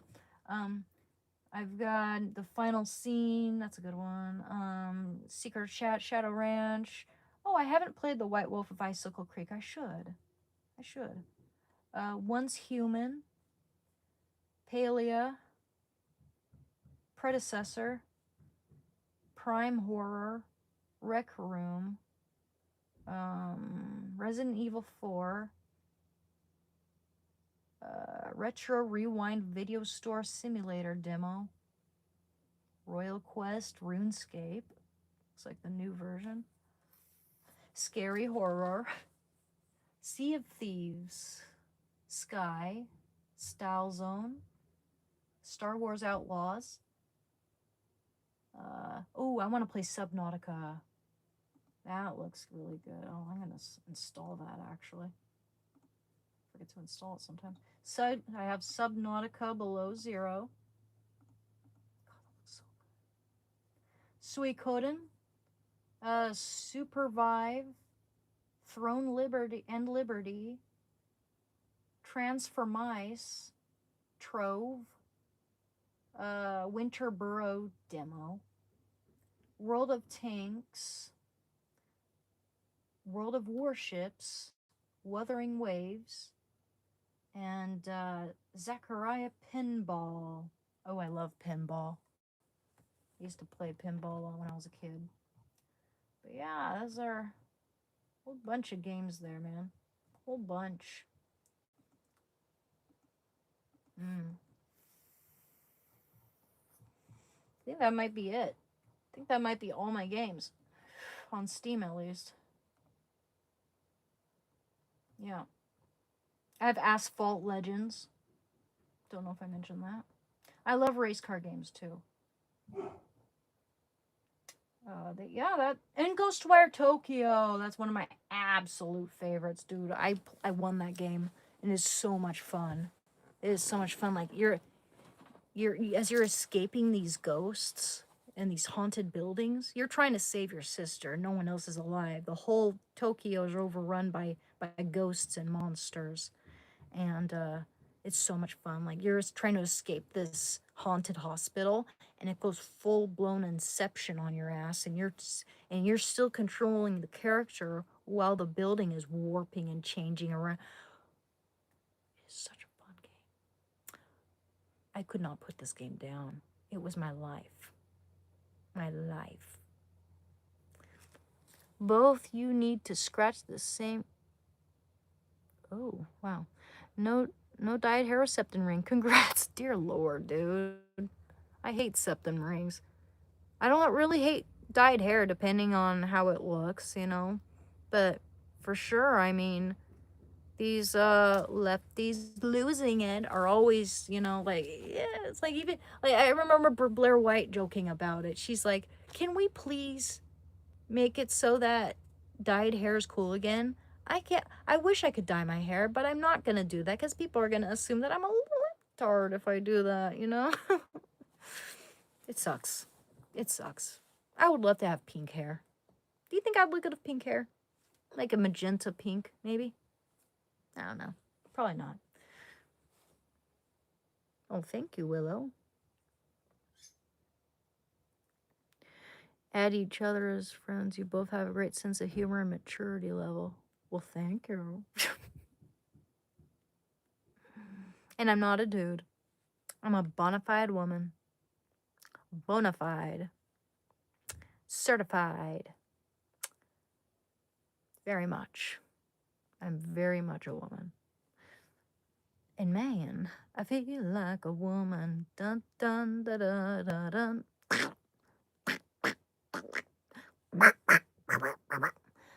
Achoo! Achoo! Bitch! You little bitch! How dare you!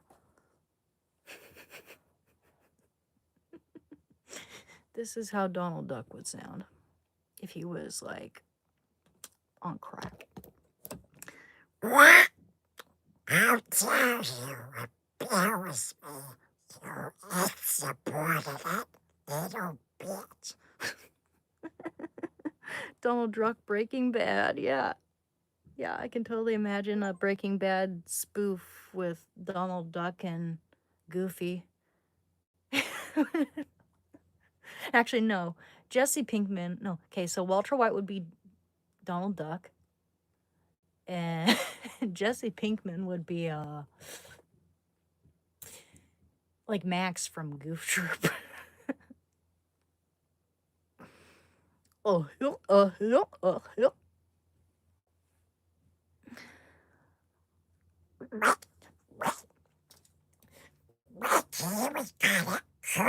little bitch! We gotta cook! Say my name! Say my name! You're Heisenberg. You goddamn white! You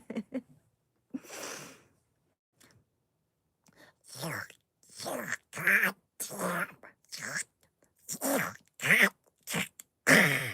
you goddamn white bitch. I am the danger.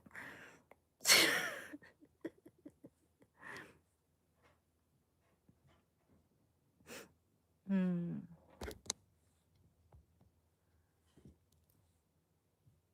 Did you try NAC, by the way? Oh, I don't think I have. Let me look that up. NAC. I know I have more games than that too. They're just not. They weren't showing up there. Let me see. Let me see. Let me look. Look.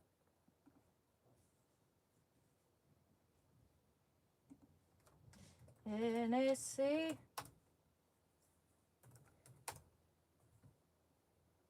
Oh, I looked up NAC. It's a powerful antioxidant and amino acid supplement that boosts the body's glutathione levels. It is used as a prescription drug to treat acetaminophen overdoses and clear mucus and chronic respiratory diseases. People also commonly take it over the counter to support liver function, reduce inflammation, and promote immune health. I don't know if that's what you mean, but let me look up. Okay. Is that the one? I don't know. Did I try NAC? No. But I'll look into that. If you're talking about a game, I'm not sure if you're talking about a game or the medical thing.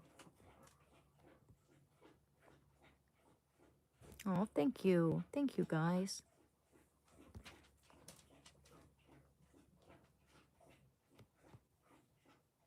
And no, I'm not trans, Ralph. Not that I have anything against trans people. I'm just not trans. I'm a woman. Always have been. Always will be. If you were to dig up my body 1,000 years from now, you'd be able to determine I'm a woman just by the width of my pelvis. You know? It's not that hard.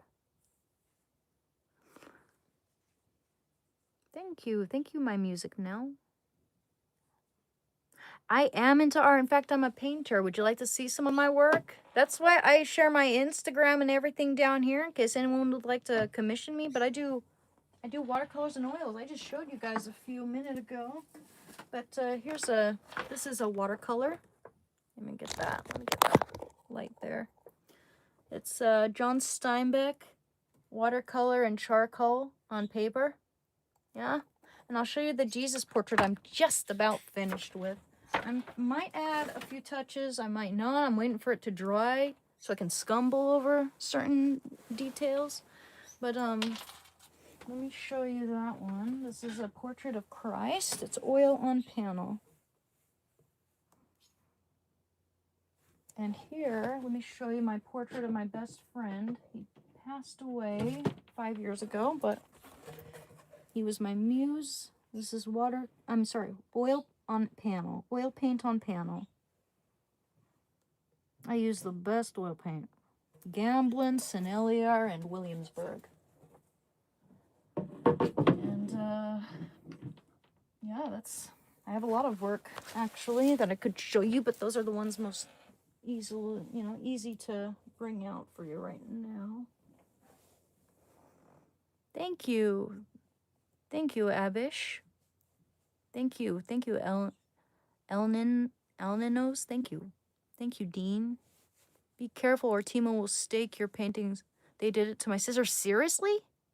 Steal, you mean? Really? Even if I have my name signed on them? They can, like, crop it out? That's fucked up. I feel like we should really get rid of Temu, man. Temu's terrible. I'm afraid to even, like, if I see a Temu ad, I'm afraid to even click on that. I'm afraid they're gonna somehow find their way into my system and hack it, you know? They're messed up, man. They're the TikTok. They're the TikTok of okay, they're not even as good as TikTok. But TikTok is pretty bad too, man. As far as social media goes, I mean, they're both corrupt. You know, they only care about making money. So it's like someone else might do something that's like, yeah, they're just telling the truth, you know, saying it like it is, and then they get banned. Meanwhile, you have people like Lily Tino allowed to have an account up when they're talking about like all kinds of creepy stuff with kids, you know. It's, you know, like they don't care about protecting children. TikTok doesn't care about protecting children. They only care about money. That's all they care about. They don't care about what's right and wrong. They try to make it seem like it, but no, they don't. They don't care about inclusivity and all that. They don't. They only care about making money, even if it means harming children. Temu is whack. They keep sending me emails saying I have 22 boxes I have to pick up. Yeah, they are, man. They're weird. Temu creeps me out. I would never shop at Temu knowing what I know or what I don't know. I have bought knockoff expensive knife before and I knew they stole her art. Oh man, I'm so sorry about that, man. Let me look this up. Is Temu known for stealing artwork? That's crazy. But I believe you. I 100% believe you. Does Temu steal artwork? Yes. Independent artists frequently report that third-party sellers on Temu use their original designs without permission because Temu operates as a marketplace connecting independent sellers with consumers. Unauthorized knockoffs and low-quality reproductions of artists' work, often sourced from platforms like Etsy or Instagram, are a widespread issue. My God. Those bastards. What happens when art is stolen? Knockoff products Stolen artwork is frequently printed on items like canvases, stickers, t-shirts, and even turned into diamond paintings. Ugh. Or paint by number kits. Yeah, for people who don't even want to bother, you know, working hard on a painting. It's not real painting. It seems a little relaxing though. It seems like it'd be something for kids, you know, paint by numbers, paint diamond painting. Diamond painting is kind of cool looking sometimes, but it's like I'd get that for my 4-year-old. No, actually, maybe not a 4-year-old. It's a little choking hazard. I'd give it to a 8-year-old. Listing hijacking. Sellers on Temu sometimes use the exact same photos and descriptions as the original artist, selling the fake for a fraction of the cost. Removal process. Artists can file intellectual property complaints to have the infringing listings removed. While Temu generally takes down reported listings, artists often express frustration that the infringers face few penalties and the stolen designs frequently reappear. What bastards. Oh, do I have to like browse Temu to see if they're doing that? Like, how would I even find it? You know, like, how would I find out? I feel like the only way I'd find out about that would be if someone else were to find it on Temu, and then they're like, "Hey, isn't this your work?" I'm like, "Why do they have it?" You know, that's really messed up. That's so messed up, man. I'm sorry that happened to your sister, and thanks for letting me know. God. Yeah. Ali. Oh yeah, that Ali, like Alibaba. Is that what you're talking about? Alibaba isn't much better. Yeah, I've never shopped there, never once. Wow, crazy. Yeah, Temu is garbage, man. It's just garbage. I've seen other people buy from Temu, and it's always garbage.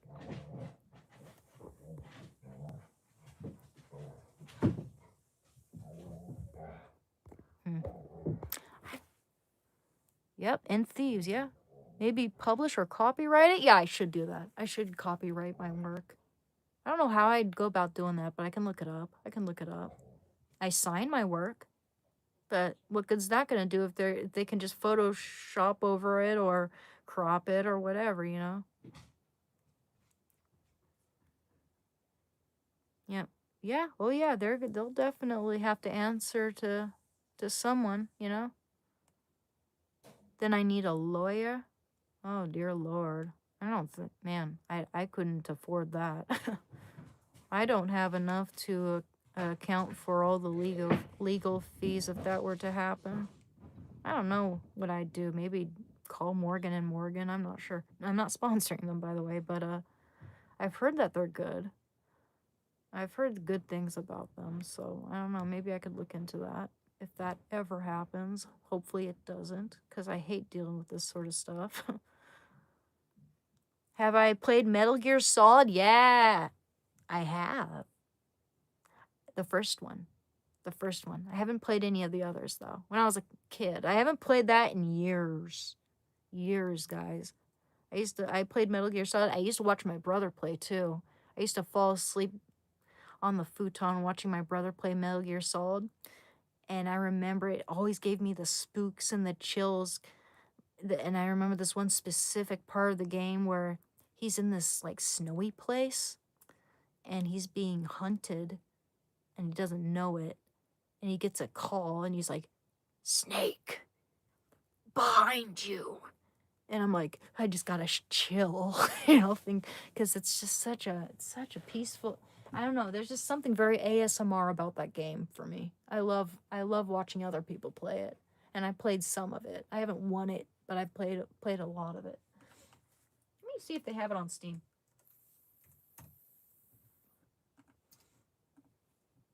Let me check out Steam. Let's see, Metal Gear Solid. I wonder if they have it.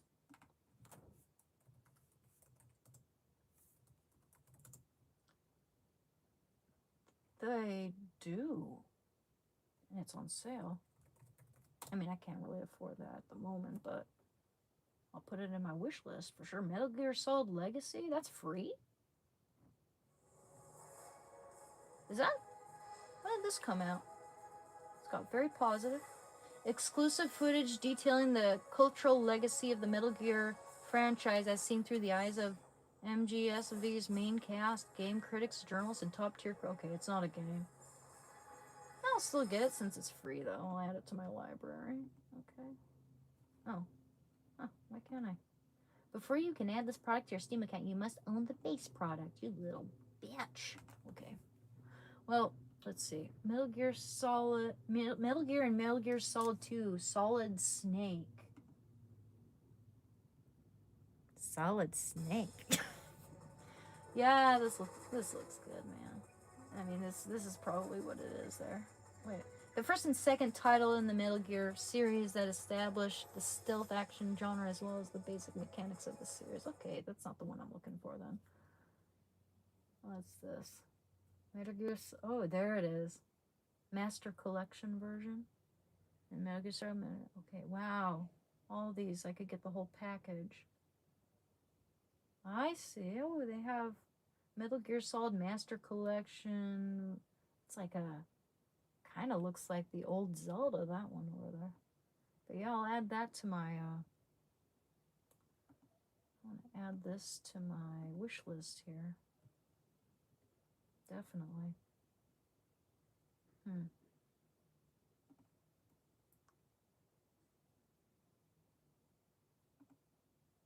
Hey, hey.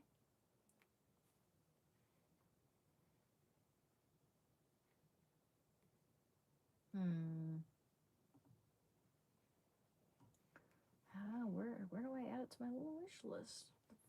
This specific game for some reason here. Yeah. That looks, yeah, I'll definitely get Metal Gear Solid. Can't believe I don't have it, actually.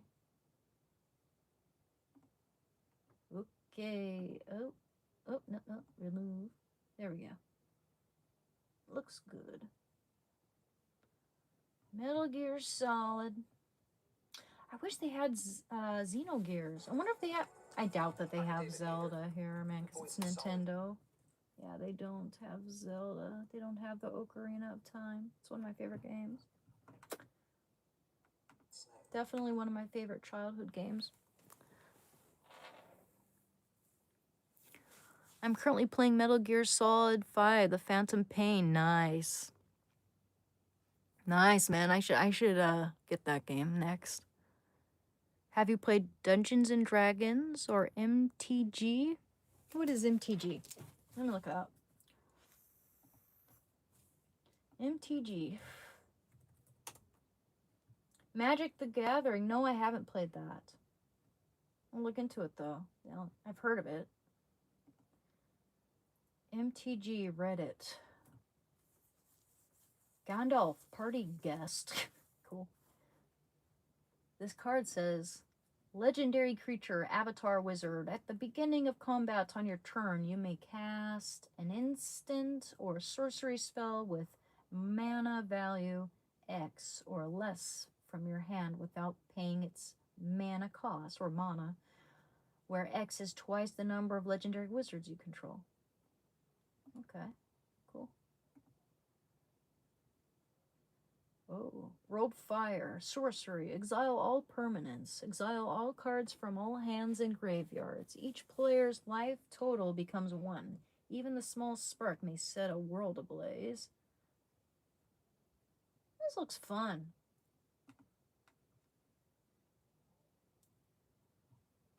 So what is the meaning? MTG stands for Magic the Gathering, a highly popular collectible trading card game created by Richard Garfield and published by Wizards of the Coast in 1993. It's way older than I thought. It is widely considered the pioneer of the trading card game genre and boasts millions of players worldwide. I'm surprised I didn't know anything about this. Huh. I've heard about it, but it's like kind of like I always heard it in passing. No one ever came up to me and said, hey, you want to play Magic the Gathering? That's cool. Yeah. There is a lot of reading in Magic the Gathering, but it's really fun. Oh, I don't mind the reading. I play with my friends and family every week. Nice. That sounds like a really nice get together with the fam. When am I streaming the Batman game? Maybe I'll stream it next. Maybe I'll stream that game next. That'd be fun. I'm done with drugs. Little fish. I quit drugs. Okay? I have a feeling that this will become the live highlight for some reason, but yeah, I've been done with them for a while now.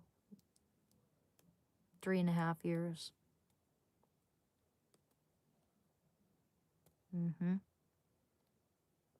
So we're going to do this until 10 o'clock, though, guys.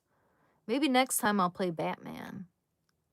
If it doesn't work with the OBS Studio, then here's what I'm going to do. I'm going to organize all this so I have more space. And I'll use my Artist 22R Pro monitor so you guys can see more of the game as I'm playing it. But we'll have it probably have it adjusted like that. I have a feeling it's going to lag. I might need to improve my device here, but we'll see how it works. Yeah, I have Star Wars The Republic, and I have what was it called? I have this one game where you get to go to Mars. Let me see what it's called again. I haven't played it yet.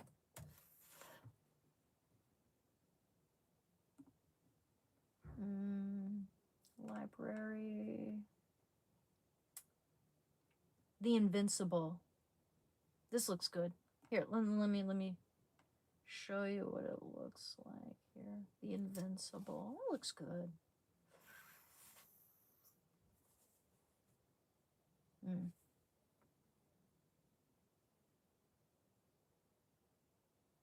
I really want to play Subnautica as well. I love the sea, the ocean. Let me see. The Invincible. Let me show you what it might look like on YouTube.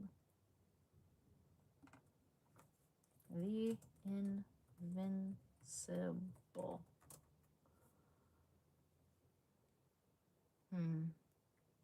It's a sci-fi game.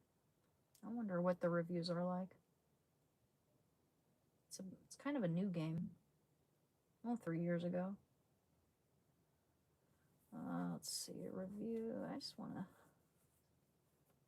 Let's see, how about gameplay? Because I want to see what it looks like. Alright. Here's the full game. 6 hours. Ah, shut up.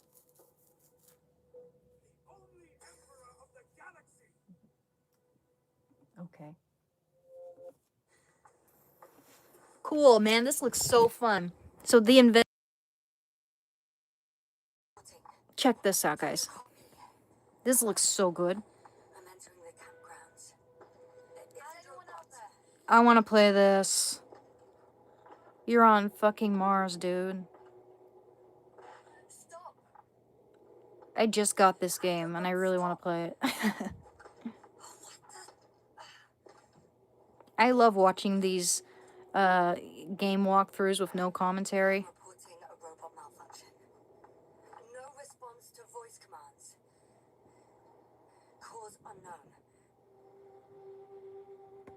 Huh, looks fun. Where's the dog? Shando? He's probably visiting downstairs with the other dog and my parents, actually. He likes to go down and visit with people. I don't know what's wrong with you, buddy, but you clearly don't want to cooperate. This looks fun. I'll definitely be playing that game. So, guys, we're going to end the stream at 10 o'clock. Oh, let me plug that in. I'm losing our little light here. We're going to read some Bible verses. It doesn't look cool, Raphael? Yeah, I can't wait to play this game. Yep.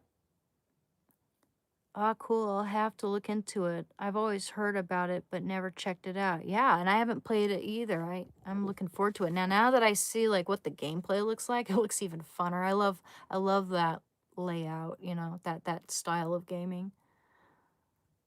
Kind of like a first-person shooter.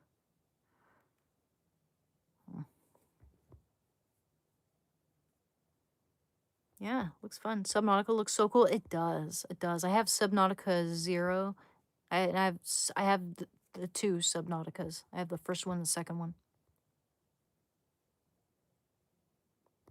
I didn't ignore you, Stefano. I haven't been reading the chat as much as I typically do, and I've missed some comments for sure. It's not that I'm ignoring anyone. Gianna Sisters and Bubble Bobble. Never heard of those games. A lawyer would do that pro bono. Call Schwab, Legwitz, and Sabin. I've never heard of them, but just for whatever it's worth, just in case, I will write that down. Okay.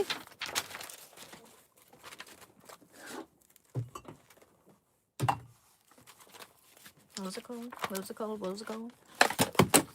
Motherfucker. God damn it. That's annoying as fudge. It's like nowhere to put thing. There we go. That's just a really cruddy, cheap thing. Schwab.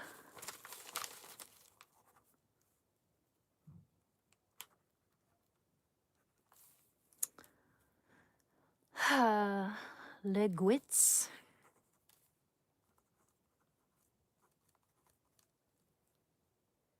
And Sabin.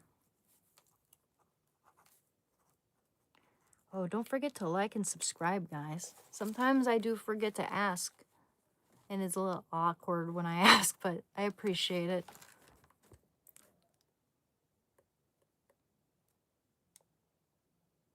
Well, that's nice. Yeah, knockoff car parts is a huge problem. Well, it doesn't surprise me one bit.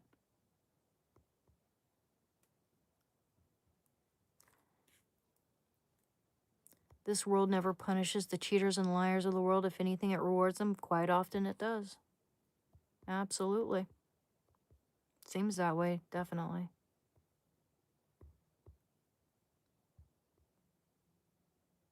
Gollum doesn't have my biceps. I can do a good Gollum impersonation.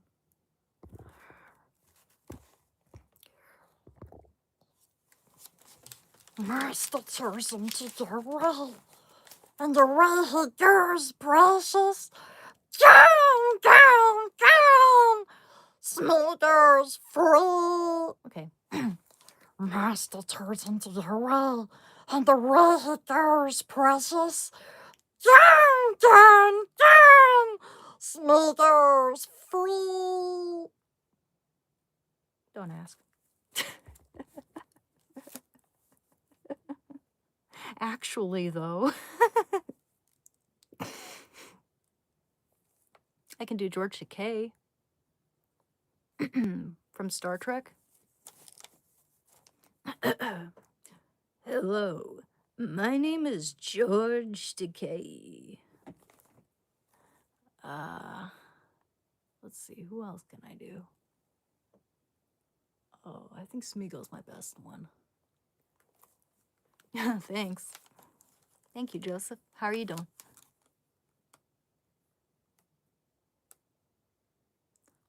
It all comes back around. Yep. Yep. There's a saying. What goes around comes around. How does that saying go? How about data? I remind you of The Exorcist. Oh, shucks. Thank you. Shucks, guys.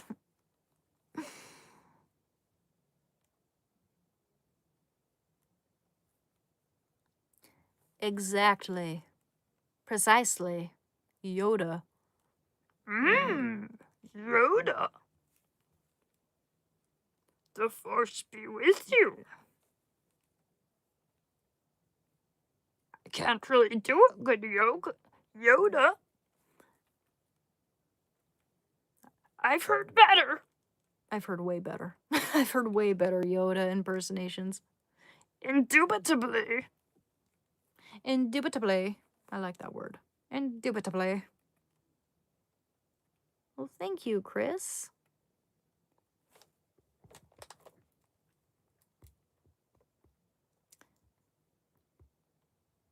Yes. Luke, I am your father.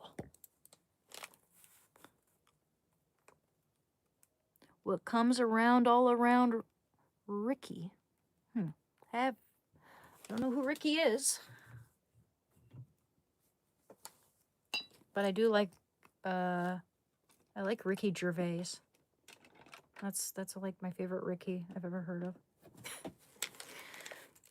Proverbs chapter 26 verse 27. Whoso diggeth a pit shall fall therein, and he that rolleth a stone, it will return upon him. AKA what goes around comes back around. Oh wow, that's pretty good. That's really good, man. Connecting it to a Bible reference, that's really nice. Linda Blair was scary back in the 70s. Oh, who dat? I've heard of her. Let me look her up. I've heard her name, so now I'm curious.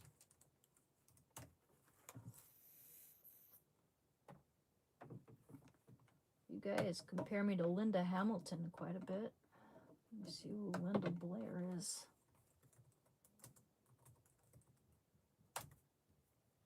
Ah, yeah, okay, she's familiar. Linda Blair is an American actress and activist. Okay. The Exorcist. Oh, she's in The Exorcist. I see. Oh, I see. She's the little girl from The Exorcist. Isn't she? Known for playing Regan McNeil in the horror film The Exorcist, which established her as a prominent figure in horror popular culture. She's 67. Yeah, she would have been the little girl. Huh. Wow. Do I have a ghost? Oh, I sure do. I sure do. He visits me every night to tickle my feet and whisper weird things in my ear. Yep, Trailer Park Boys. Never seen that, but I've heard it's funny. You want me to show you the doll behind me? Sure. Ooh. I know what she's trying to do. Okay. Here, I'll show you. I'll show you my doll. She tried to flash y'all. She's a big collector's doll. Let me fix her wig. Yeah, her wig needs to be fixed. She could do with a little makeover, but yeah, that's a doll. It's a big doll with big boobs, and you can't really make her stand. She's floppy. See, I thought she was gonna be a vampire. They made her look like a vampire, and they even gave her fangs in the picture, which is kind of a disappointment. She didn't have fangs, but it's okay. But there's one doll there. I have a lot of dolls. I just showed you guys a whole bunch of dolls. But yeah, that's the largest one.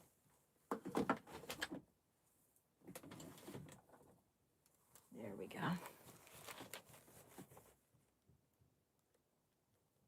Oh, thank you. What sucks? Dolls? You think dolls suck? They're not for everybody. Oh my god, that's worth money. It was a birthday present. Yeah. It was wait, there's others? Oh yeah, there's others. I have a lot of dolls. I like those BJD dolls, the ball jointed dolls. I'll show you my favorite one, okay? Or I'll pick up like a few of them just to show you a reference. Okay, I'll show you this one. I'll show you this. No, my first one, my oldest one. Okay, let's just pick up a whole bunch of these. I'll 3 at a time. I'll show you three at a time. I'll show you all these ones because these ones are my favorites. I like the size of them. I like, you know, how nice they are, like the way they move, their joints. This is the first one I got. I love her. Love her dress and shoes. I think she has the coolest looking shoes out of them, all of them. And I actually really love her dress. But yeah, she's the only blonde one I have. of the BJD Persuasion. Okay, so there she is with her beautiful blonde hair. She's got hazel eyes. She's really pretty. I really like her. I'm gonna rouge her knees, maybe like paint her knees a little, like kind of rosy color. Ooh, she got a little hair stuck in her joint. And I got, this is the more recent one. Ooh, gotta comb her hair. She's like a workout girly. She's got really pretty eyes. And she's got this beautiful kind of burgundy brown hair. And you know, she's nice in proportion. She's not like, they're not like stick thin. They got nice proportions and they seem like they're fit, which I like. See? She look good. And I have a Ballerina Girly. She's one of my absolute favorites. I love her green eyes, and she looks different than she did in the photo, right when I bought her. In the photo, she had black hair that was braided. I actually like that she has this brown hair because I don't have many dolls with my hair color. So, yeah. I have a few other like 3 more of these dolls, and they all have black hair. So I really like ballerinas. I've always wanted a ballerina doll when I was a kid. You know, she's got a beautiful like vest and shirt there. I love that. I love this. It's hard to say which one I like the most, honestly. But yeah, she's beautiful. They're all beautiful. Let me show you guys a few more. I have a few male ones and one more girly. Of, you know, this exact type of doll here. Oof. Oh, one of my dollies fell. Here we go.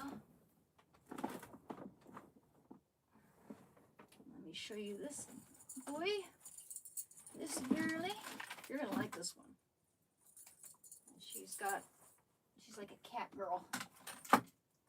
Okay, so 1 second. Let me get one more thing here. Yeah, I gotta fix that actually, but it's okay. Now, oops. So, here's my Egyptian cat princess. She's got magnetic ears. They just stick to her head like that. And she also comes with like a headdress. I have to like put it all together. When you get these dolls, you have to like assemble everything. And it can be a little difficult depending on the doll and everything and the clothes. And sometimes you even have to like attach the head and the hands and everything yourself. But yeah, it's cool. She has paws and she's got a magnetic tail. Goes on like that and actually stays on really nicely. And yeah, she's cool, and she's got blue eyes, and I just love her eye color with her skin tone. It's so pretty. And I have her friend Anubis. Let me see, where did I put that? Here it is. He has an Anubis headdress. It also comes with a few other little ornaments. But let's see. We gotta fix I just have to fix this. This kind of like snapped off, but it's really good quality wood. It has this little gem on top. But yeah, I have Anubis right here. He has like really pretty face tattoos as well, and he has green eyes. So yeah, he's really pretty. He's got some pretty jewels and ornaments on him. Let's see here. Let me show you what that looks like there. Yeah, some lovely jeweled armlets. But yeah, here we go. Yeah, he's really pretty. And I have this guy. I'm not sure what dynasty he hails from, but he seems to be more like a teenager or something. You know, he doesn't seem like he's like an adult like the rest of them. But yeah, there's that guy. I thought he was a girl at first. When I found out he was a dude, I'm like, okay, well, we could use more boy dolls. Happy about that. But yeah. Now this is a dude. This is a dude, and I found out because he's got He's got a male torso. You know, all the male BJD dolls in this collection look like girls. Actually, they all have very feminine faces. But yeah, I think they're really pretty. Kind of like I see it as more like they kind of look like elves from like the Lord of the Rings or something. You know, they're not like human men. They're more like elves. So there's that. Yep. Put these all back. Beautiful, beautiful. I like that Dynasty one, the one with the blue robes. He has some nice leather boots. And, what did I just drop this time? Make sure. Oh, look what I got. I got Tetris. I got some good games.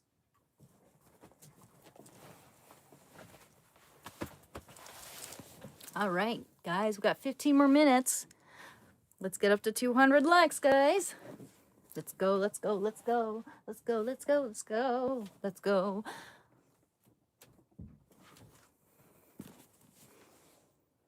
You're a beautiful doll too. Oh, thank you.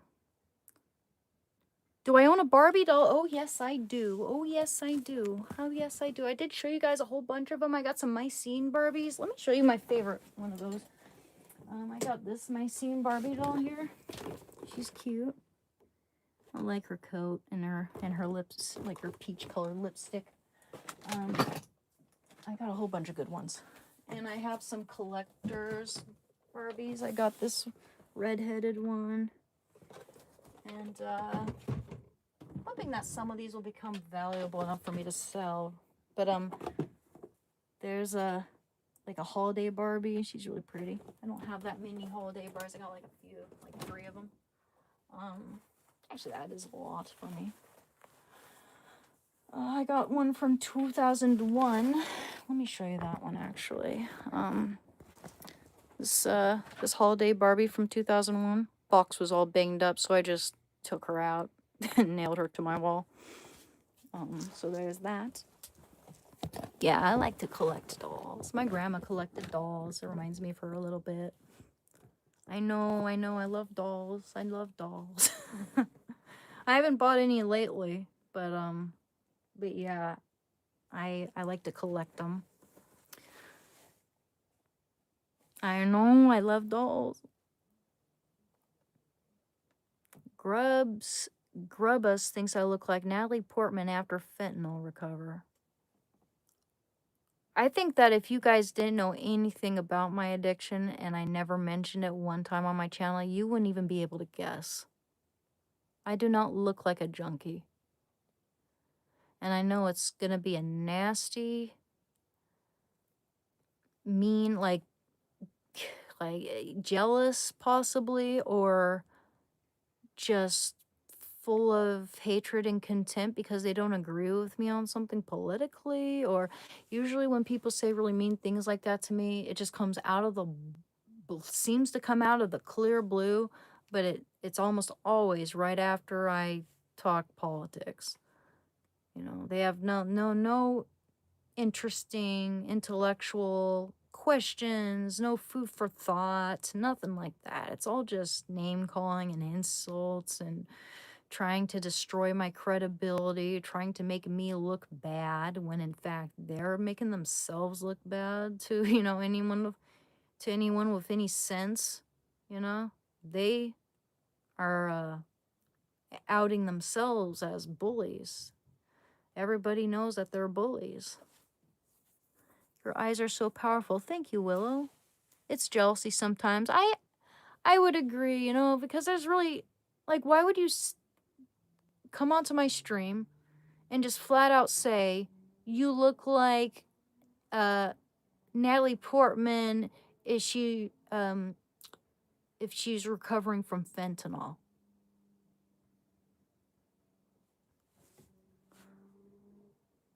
Who's that evil doll behind me? What should I name her? I forget to name my dolls. I mean, I've named some of them. There's a Faustina, Sophia, Philomena. Actually, I might want to change the names. Sometimes people just have really bad days, and when they see someone that has what they don't, they want to put them down. Well, I don't know what they think I have, but I've got my own set of issues. I mean, maybe the only thing I can guess is that, it has something to do with superficial looks and all that, and people are jealous of my looks or whatever, but that's the only thing I can figure because they don't know anything else about me unless it's my painting or whatever. Those are some things that I have on my side, but um I do deal with my own set of insecurities on a daily basis. So, people often assume that if you're like above average attractiveness, you got no issues in your life. That's almost like just as good as being like a millionaire or whatever, but really no, we people have the everyone has their own problems that they deal with in life. Uh Often, like, I don't know, there is such a thing as like pretty privilege and all that, but there's also cons to it. There's that thing where men can be kind of intimidated by you, or women hate you. Women are jealous of you, and it just makes you feel weird and kind of guilty for no apparent reason. um there's, I don't know, there's a little, this is kind of weird. Misery is gate kept by ugly people. No, I'm not saying we have to be miserable. I'm saying we all deal with issues, and to assume that someone doesn't have issues just because they have something you want, that's very ignorant and narrow-minded to think that way, or naive, you know? But a lot of us think that way sometimes. It's like, if only I had this or that, things would be perfect, but that seldom is ever the case. Once we have that, we'll be on to something else that we're not content about. Well, thank you, Joseph.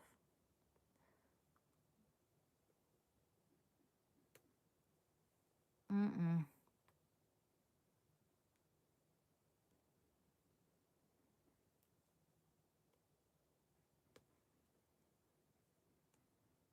I have issues with a woman who can eat more paint than I can. Where does that even come from, dude? Like, what the fuck?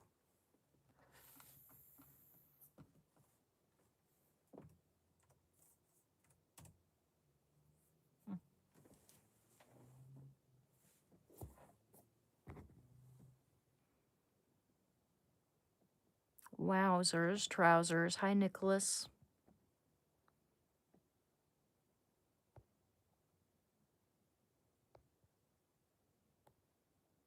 Yeah, I don't believe that there is such a thing as white privilege at all.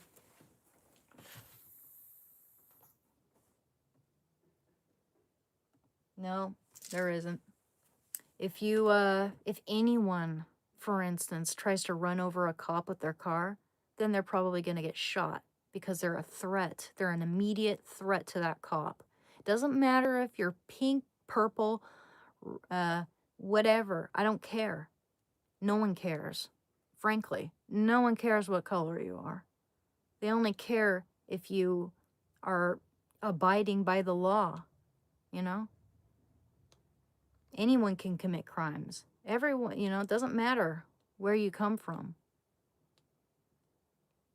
And we all have to work for what we have. We all have to work to make a living, all of us. There's no privilege to that. We all start, of course, there are disadvantages, and stereotypes and things that certain people deal with. But I don't believe that white people are inherently privileged at all. Many of us start poor, in broken households, trailer trash, whatever, we all come from different walks of life, and to just assume right off the bat that just because someone has a different skin color, that means they're privileged is absolutely ridiculous in this day and age. Absolutely ridiculous.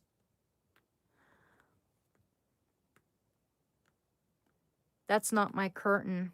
I just moved into this room. I have no idea where they got it, but I would guess someone got it on Amazon. We don't shop at Walmart. I've only been there once. Not that I mean, I don't know. I've only been there once. My family just didn't go shopping there for some reason. It was always like Costco, because I have a big family. I've got like 8 siblings, or I had 8 siblings. Or I have 8 siblings, I should say. One of them I pray is in heaven. But yeah, we used to do that. Whenever, like during Christmas time, we get like $60 each from our uncle, and we go to Toys R Us and go shopping. I got like dolls and action figures and stuff like that. So glad to see common sense still exists. Oh, thank you, Sarah. Mike Tyson was poor guy before he became rich and famous. Yeah, I mean, everybody starts somewhere, right? And I get very tired, and I think that's why we're all fatigued. We're all fatigued by everyone trying to compete for the Victim Olympics. We're just so freaking sick of that. It's like, you're never going to get anywhere if you blame the whole world for your problems. I would not be able to get clean if I blamed everything else for my addiction and I never took any accountability.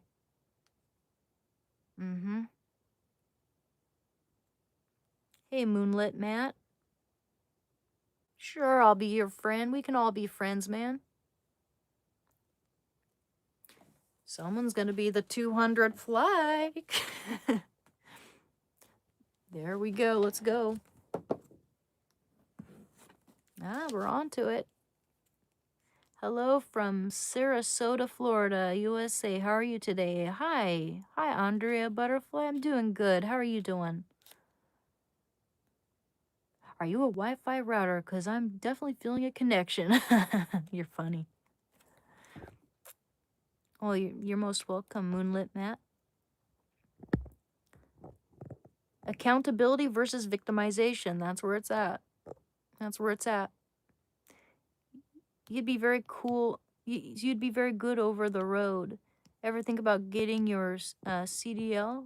You could live in the truck and retire at 50. Yo, that wouldn't be a bad idea. I don't even know how to drive. To be honest, I do have a morbid fear of getting into a car accident or endangering someone else's life while I'm on the road, because I panic sometimes and I'm like a deer in headlights in certain situations. However, I know that there are a lot of idiots on the road. I know I'd probably be a good driver. I'd be a careful driver.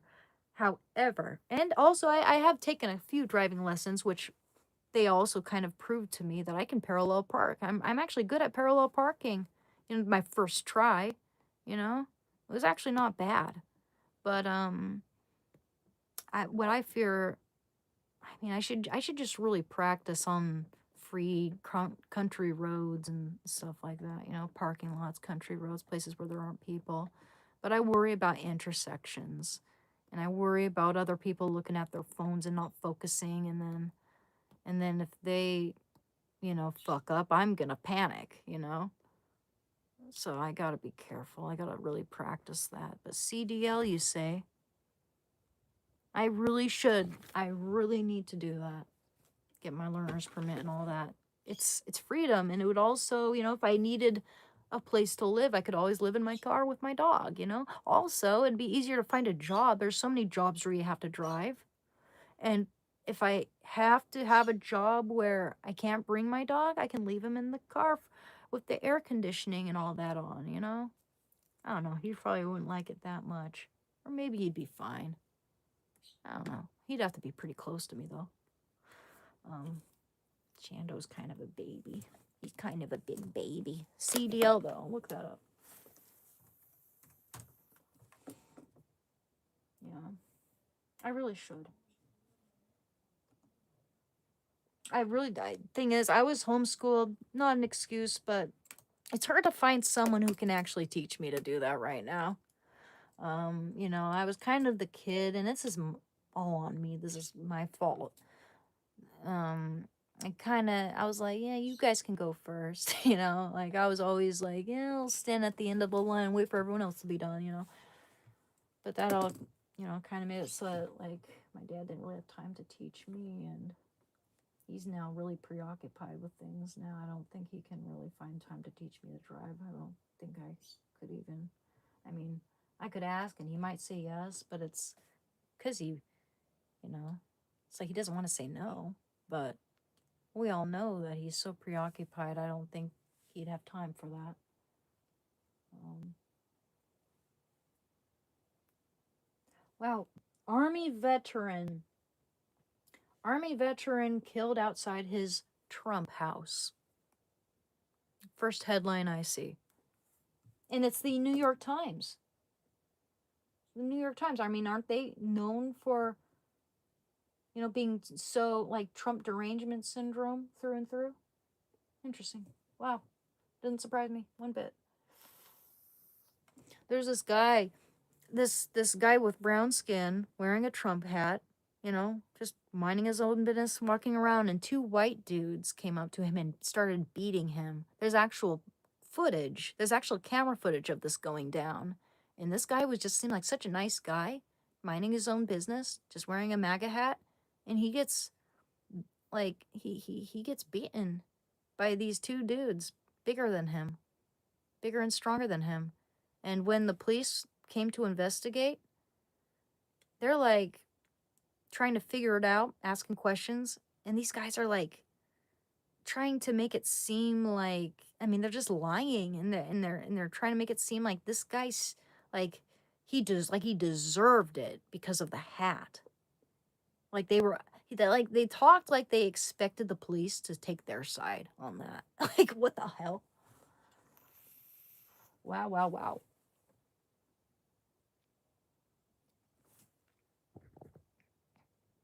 Once you get past that, you'd be a great driver. Just takes practice. Thank you. Yeah, and I think I'd have fun with it too.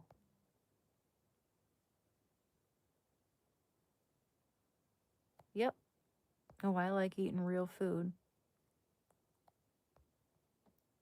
I feel like people, or actually, I kind of know, or get a sense, I should say, that when people randomly just call me, ew, a junkie, they're saying that because they heard me say I support Trump.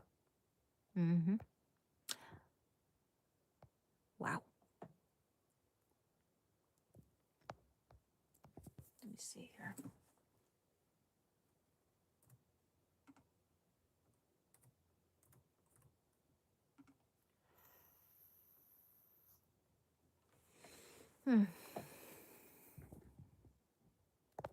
Yeah, I'll definitely need to look into that. That would be a very good learning curve for me to get over.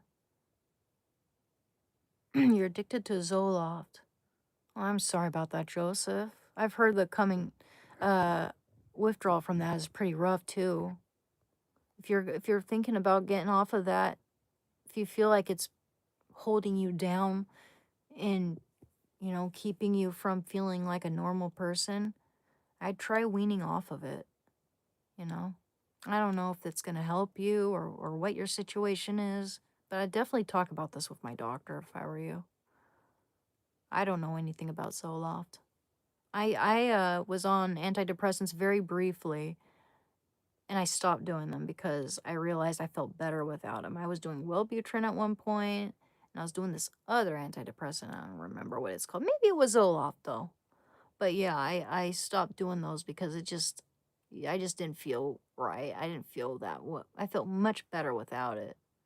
And I wanted to try methylene blue. I've heard it's really good for the hemoglobin and stuff like St. John's wort. And I wanted to see if those things worked for me. I was like, well, this stuff's not even working. So, and it's making it so I can't take any, try any other type of like herb supplement without serotonin syndrome being a risk. So, might as well stop doing it if I feel better without it. It's like, why pick it up again? But yeah, I would definitely describe my symptoms and discuss all that with my doc if I were you. I want you to feel better.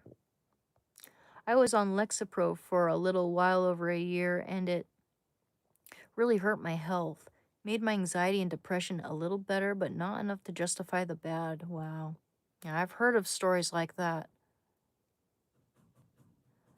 She's stronger than most of us, to be honest. Oh, thanks, Michael. I don't know. Where there's a will, there's a way. And if you want to get clean from something like heroin or alcohol or whatever, if if you're able to see a better future beyond that, if you quit, then you can do it. It's amazing how much like incentive and will can like make you or break you, you know? It's good to have the incentive to get clean. All these reasons. Write down a list of the pros and cons of getting clean, the pros and cons of the drug.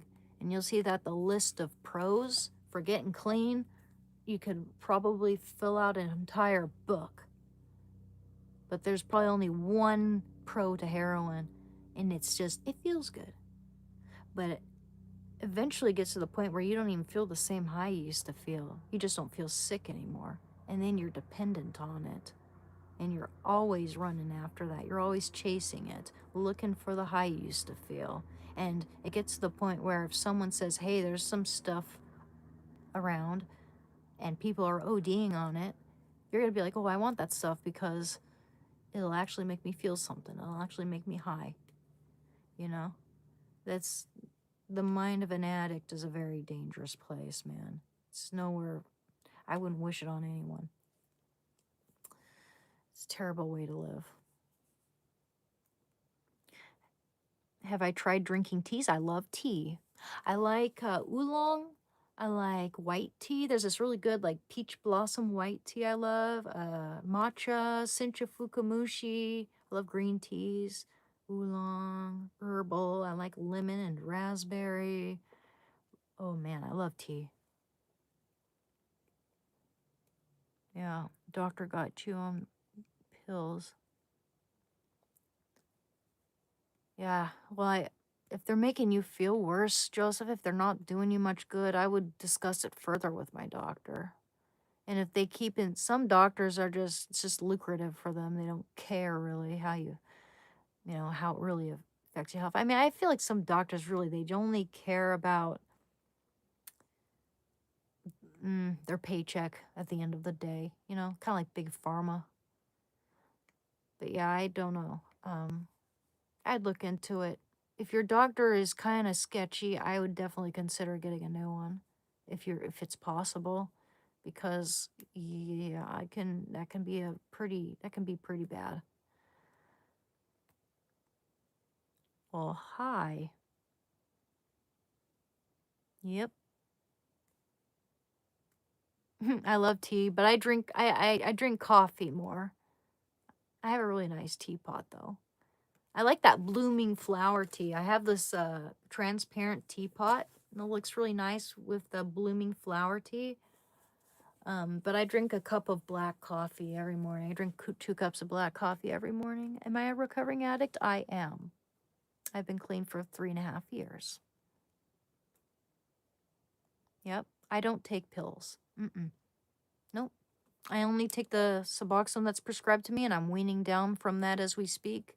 They had me on 3 strips a day. Now I'm down to 1, like half of 1 to just 1. And after that, I think they're going to put me on Sublocade, but we'll see. We'll see how I feel. Thank you. Thank you, Clayton. Oh, thank you, Kevin. Lewis, do you realize to be a doctor, they only able to sleep 4 hours? Okay. Well, yeah, I mean, it's no secret that medical staff don't get enough sleep. But what's also funny about that is apparently they're expected to diagnose your condition just moments after you've walked into the clinic, into the room. They're supposed to be able to gauge your condition within minutes of you walking in, which is ridiculous to me. They get it wrong a lot. For God so loved the world that whoever believes in him will go to heaven, but whoever doesn't believe in him is condemned already. God's Son, Almighty King Jesus Christ. Amen. Your eyes look like they've seen a lot for such a young lady. Well, I'm 35, but yeah, I've probably seen more than I realized, because there was that period of time when I got blackout drunk when my best friend passed away, and there's like a whole block of time that's just lost to me. I wake up in the most weird, dangerous places. I'm lucky to be here. Hey, RK, how are you doing, man? Thank you. How are you doing?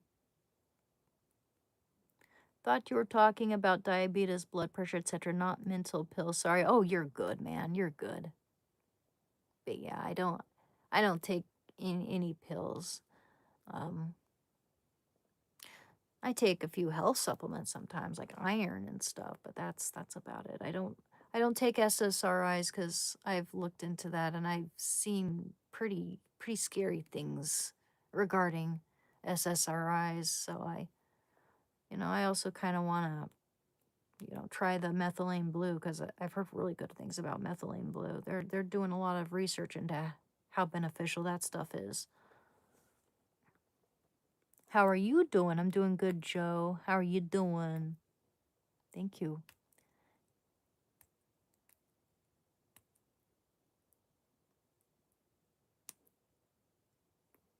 Okay, well, let's go to John chapter 3, verse 16. You're saying, Dewey, that's in the Bible, the verse after John chapter 3, verse 16. It literally says you are condemned with salvation in Jesus, which is believing in what he did at the cross. Oh, Prozac is dangerous? I don't think I've ever taken Prozac, ever. Huh. Oh yeah, iron, magnesium, and a multivitamin really made a difference for me. It does. I've heard of people like, who was it, man? There's this one guy, like there was this one celebrity, and maybe it was Mel Gibson, but he had some like real mental health issues. Then he started taking his B vitamins, and suddenly all these issues just disappeared. So sometimes it's like, that's kind of why it's important to investigate and kind of rule out any other issues before you decide to take a pill that you got to be on forever that's going to have other adverse effects.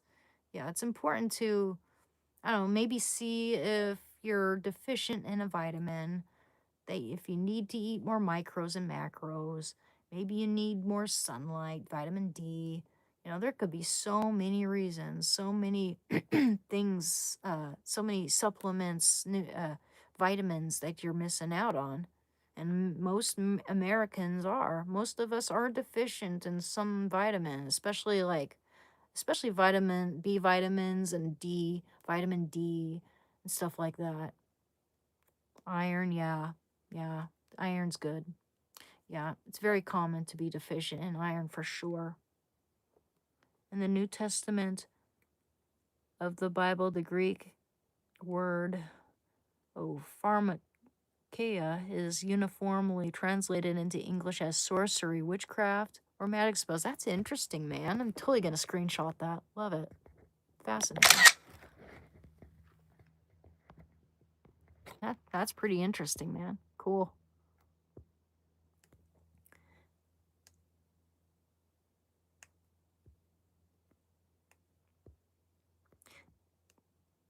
Do I have the killer clown Monster High doll? Yo, they had an It doll. They had a Pennywise, the clown doll, actually, Monster High. You know how much that costed? It's like over $1,000 for this doll. It's the most expensive one I've ever seen. Let me show it to you. It's so expensive. I think my most expensive Monster High doll is my Creature from the Black Lagoon one. That one was probably like $100. But yeah, I don't usually spend that much on a doll. Unless it's one of those BJD dolls. Those can be pretty expensive. Like between 100, 150. Sometimes they're like 200. Often it depends on the accessories and the, the makeup and the dress, because they're kind of like, they're handmade, resin based dolls. Let me see. Let me look that up. Let me look up that Pennywise doll. You guys are gonna love it. But yeah, I do have a BJD doll that's kind of like a clown. But she's actually, I think she's based on Cupid. I think she's supposed to be Cupid. But she also is the closest one to looking like a clown. She's got the pink curly hair. See her right there? That's my clown Monster High right there, I think. I mean, doesn't she has a balloon. Yeah, I like her. Yeah, some cool. I got a lot of Monster High dolls. Got some BJD dolls. I've got Elvira, the bodice. I got some Wednesday Addams. I got a couple boys too. I've got the Heath Burns and the Gorgon and the werewolf dude. And these ones here I put over here just to keep them really safe because they're my collector's editions. But here's a Creature from the Black Lagoon. We got the Day of the Dead. I forget what that holiday is called in Spanish. But here's Frankenstein's daughter, Frankenstein. She's got I love her dress. And here's a more like original-ish one. I'm hoping that she'll go up in price so I can sell her. And here's some collector's Barbies there. It's pretty. I got a whole bunch of Barbies and stuff. There's one of my paintings I'm working on right there. Painting of my best friend right there. Got that mask there in Berlin at a flea market. So there's that. There's the apples.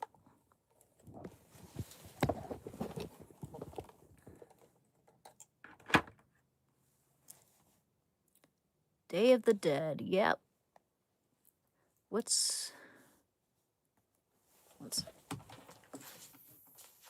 I'm going to show you that Pennywise clown.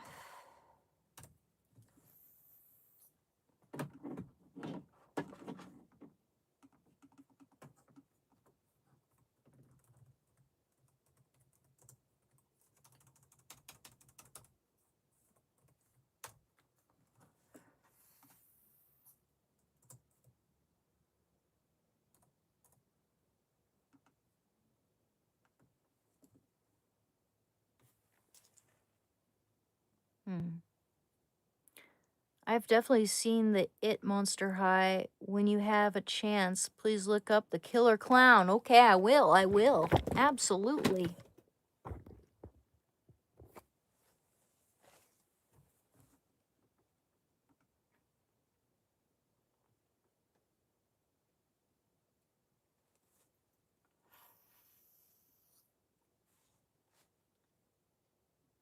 Honestly, what is my DOC? I feel like I'm going to sound like a total dumb shit, but I have no idea what that stands for, man. Sorry. Day of, maybe? I don't know. Let's see, let me look it up. Doctor? What was my... Okay. Doctor, yeah. But that's not, like, all. That's just a noun. Document...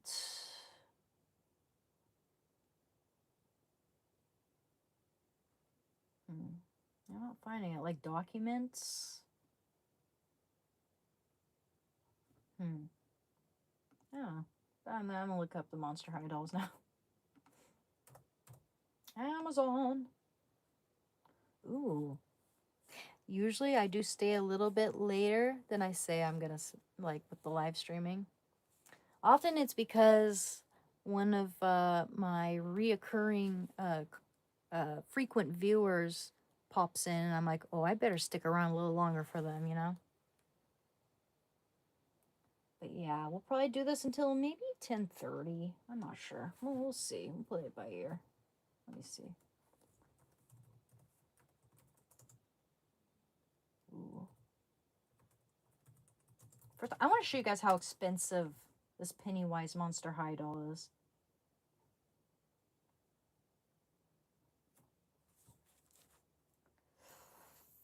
Well, Elvira went down in price. What? Ooh, they have a Morticia Adams. She's pretty. She'd look pretty with my... Ooh, look. Oh my goodness. They have a Coraline one. Oh, that's a cool look. The Beetlejuice one's really cool looking. The green hair. Check this out. I love the green hair, man. That's the best part of this whole set here. And to be honest, it's really not that expensive considering there's 2 dolls. It's 97 bucks. But, that's pretty... I love that green hair, man. So pretty. Look at the Coraline one. So cool. Lovely. I'm going to look up see what the Killer Clown one looks like in a sec. Just want to see how much the Pennywise one is. Holy shit. Some of these have actually gone way down in price. Like that clown one I have up there. I probably spent like 20 bucks on it. It's 12 bucks now. 56% off. What the heck? What's that all about? Let's see here. Yeah. There's some of them are pretty expensive, but a lot of them are have gone down in price significantly. Let me see if I can find Pennywise. Ooh, here's the Killer Clown. Killer Clown from Outer Space. It's not telling me how much it is, though, because they're out of stock, and it's not even showing me any used ones. But my goodness, that is cool. That is cool, man. Oh, hell yeah. Look at that. Isn't that cool? Look at that green hair. It's like chartreuse. So cool, man. Look at those shoes. That is sick. That is so cool, man. Oh, that is so pretty. Oops. Thank you for showing me, man. That is really cool. It's probably really expensive, too. I wonder how much it would be. It's not showing me the price, unfortunately.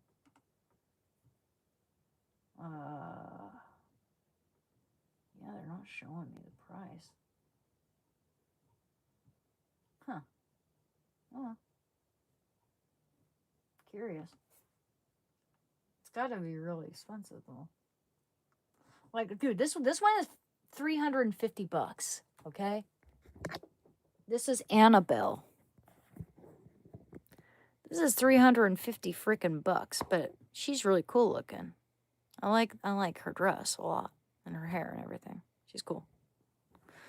Wow, but there's no way I'm spending that much on it all right now. Ooh, snap! That one's so pretty. This one's 250 bucks, but look, it's the Corpse Bride. Oh my goodness, she's so pretty. Corpse Bride, guys. Look how pretty she is. And she's even has the worm. She even has the worm sticking out of her face. That is so cool. She is so beautiful. Wow. Oh my goodness, I love the little skeleton dog. So cool. Beautiful. Wow.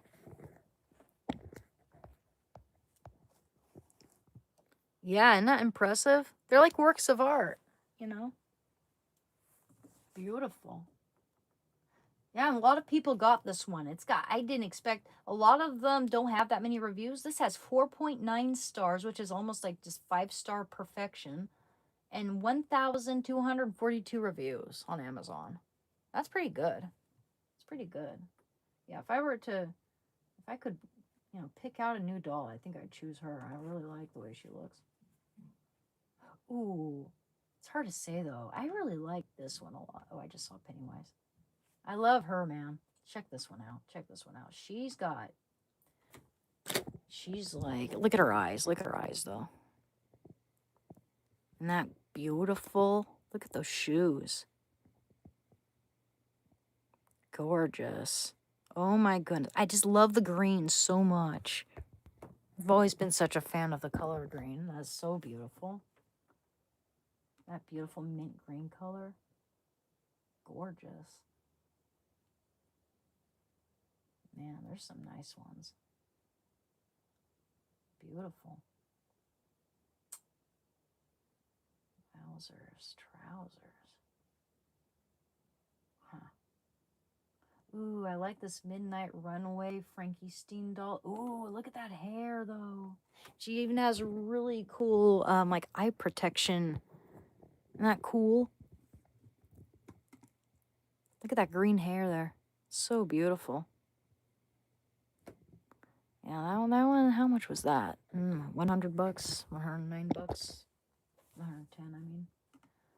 Let's see. Let's see what the Pennywise.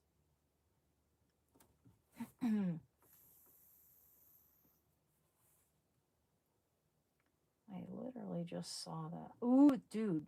This one actually, no. I'd choose this one because it's my favorite horror movie. And it's Alien, guys. Look, it's Alien. I would choose this one. Look how cool that looks, man. It's Alien. Check that out. Look at that. That is just beautiful, man. Oh, that's one of my favorite movies of all time. It has like my favorite actors in it too. My favorite actors are John Hurt and Harry Dean Stanton. It has them in it, both of them in it. So nice. Yeah, I'd choose that one in Corpse Bride if I could. And oh wow, where'd Pennywise go? There's Pennywise. Holy fuck! And that's got to be a different Pennywise because that's not $1,000. That's funny. This Pennywise is only $70, but that's not a Monster High though. Never mind. There's a Monster High Pennywise that's like over $1,000. It's crazy. I haven't seen it though. I don't see it anywhere.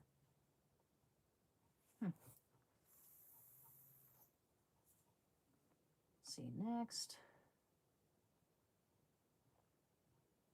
Some pretty ones. I'm not finding Pennywise. Huh. Maybe they stopped selling it. But I'm telling you guys, I think it was like $1,700. Crazy.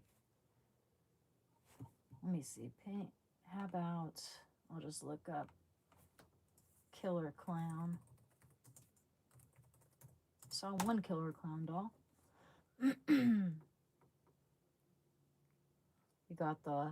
We got Winifred, Mary, and Sarah from the Hocus Pocus franchise, and it's like $322. Crazy.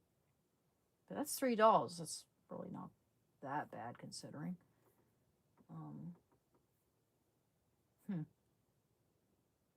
Yeah, that other Killer Clown I showed you with the green hair, that's the only one I can find.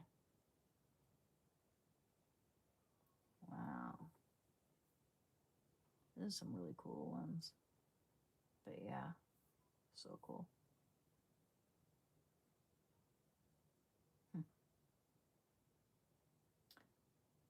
Yeah.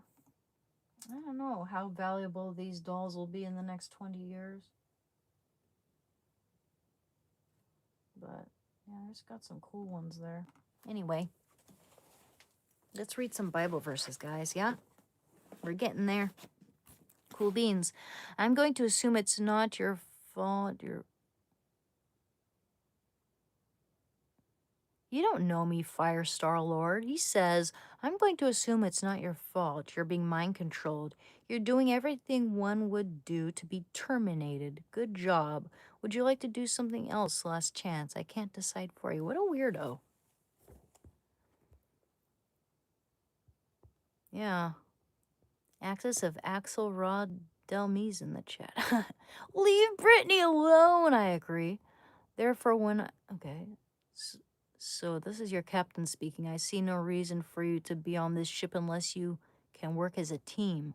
Therefore, when I go, I will remove my power and you will be at the disposal of the crew. Thank you for flying Death Star Airlines. Okay, I have a feeling this guy's just trolling. He's just being a joker. Oops. Yeah, a lot of those dolls are pretty thin. That's the thing. Those are the older dolls, the originals. They do look pretty gaunt. Kinda, you know, I mean, it kinda goes with the spooky aesthetic, kinda like Tim Burton, you know? But the newer ones are fit. The newer ones aren't like that. In fact, some of them even have chunky thighs a little bit, you know? But most of the dolls they sell now, they're not like that. They're not that stick thin anymore. They've changed them quite a bit. But yeah, the you can tell it's like an old original one if they're super thin, and they're typically more expensive too because they're like originals.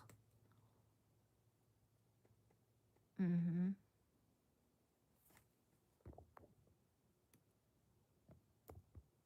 Do I like Coraline? Yes, I do. I love Neil Gaiman. I have his whole Sandman series actually. And I have his graphic novel, the Sandman series. Let me show you. I'll show you that too. It's pretty cool. It's a pretty cool series that I have. It's over here.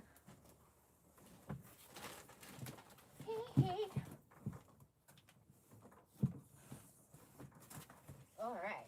I feel pretty good. Whoopsie.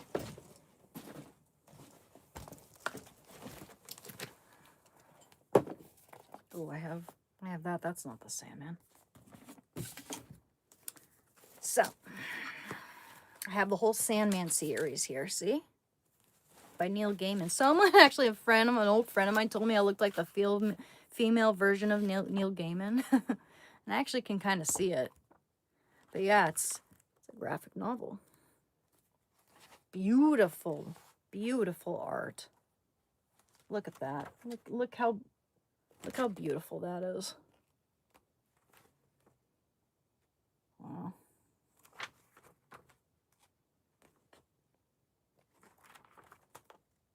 So cool. I got the whole series. A friend gave them to me as a present a long time ago. Like maybe not that long ago, like 5 years ago. Let me just put this away. I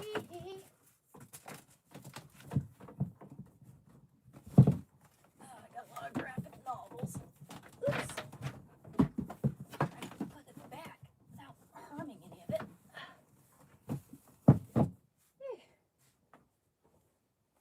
Oh, did I just seriously? Where'd it go? Where'd it go? Where'd it go? I feel like I dropped something over here. Dang it. Sorry. All right, guys, let's read some Bible verses and end the stream soon. Thank you for all the likes and subscriptions, everybody, and everything. Thank you. Yeah, Corpse Bride is an awesome movie, for sure.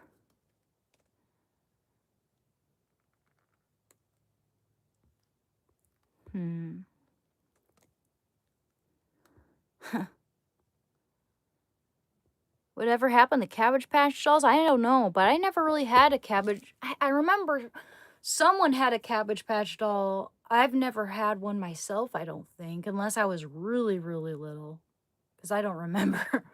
But yeah, we didn't have that many of those around when I was a kid. It's kind of, I guess it might be a decade before my time. Did those come out in the 80s? Kind of like an 80s doll. This is the Ignatius version of the Holy Bible. I am Catholic, so we're going to open it up to Isaiah. Isaiah chapter 29, verse 6, all the way down to 7.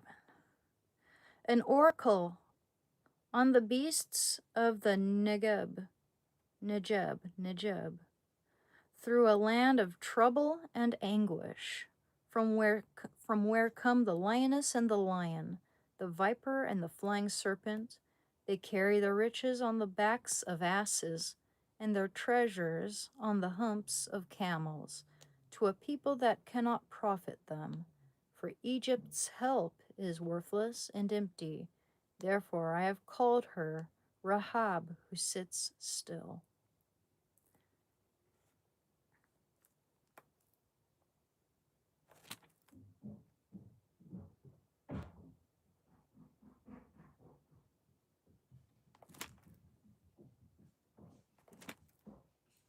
Matthew chapter 6, verse 14.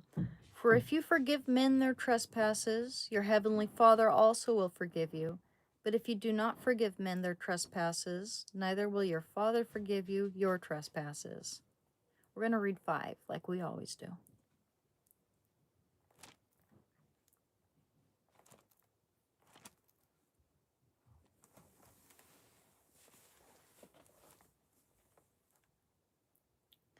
John chapter 15, verse 3 all the way down to 6. You are already made clean by the word which I have spoken to you. Abide in me, and I in you. As the branch cannot bear fruit by itself unless it abides in the vine, neither can you unless you abide in me. I am the vine, you are the branches. He who abides in me, and I in him, he it is that bears much fruit. For apart from me, you can do nothing. And we'll do John chapter 15, verse 16, all the way down to 26. You did not choose me, but I chose you, and appointed you that you should go and bear fruit, and that your fruit should abide, so that whatever you ask the Father in my name, he may give it to you. This I command you, to love one another. If the world hates you, know that it has hated me before it hated you. If you were of the world would love its own. But because you are not of the world, but I chose you out of the world, therefore the world hates you. Remember the word that I said to you. Remember the word that I said to you. A servant is not greater than his master. If they persecuted me, they will persecute you.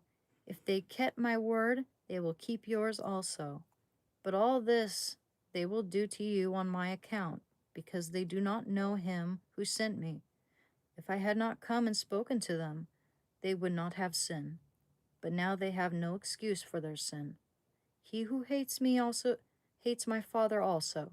If I had not done among them the works which no one else did, they would not have sin. But now they have seen and hated both me and my Father. It is to fulfill the word that is written in their law. They hated me without a cause. 3 more. I read this one often, but I love it. I'll read it again. John chapter 16, verse 22. So you have sorrow now, but I will see you again, and your hearts will rejoice, and no one will take your joy away from you. It's one of my absolute favorites.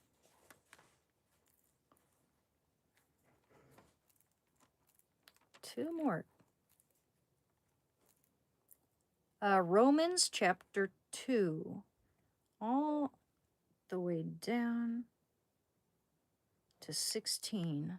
Therefore you have no excuse, O man, whoever you are, when you judge another. For in passing judgment upon him, you condemn yourself, because you, the judge, are doing the very same things. We know that the judgment of God rightly falls upon those who do such things.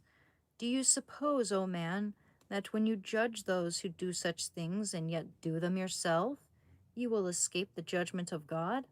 Or do you presume upon the riches of his kindness and forbearance and patience?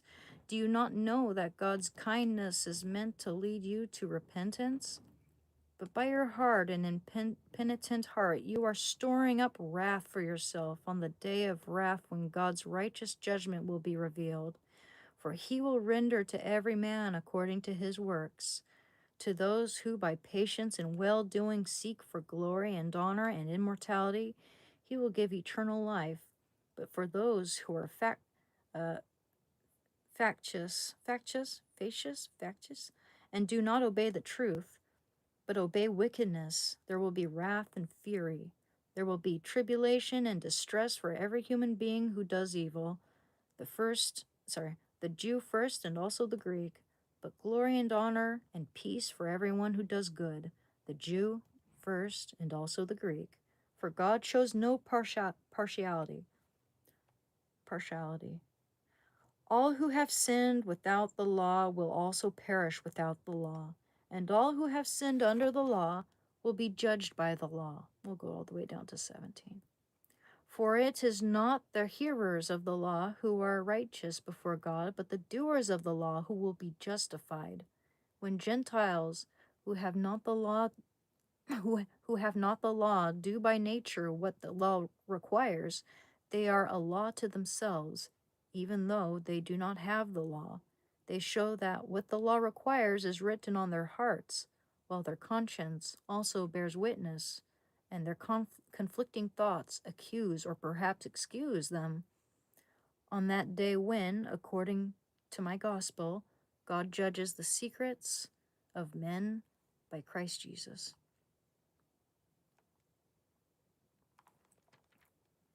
Two more, guys.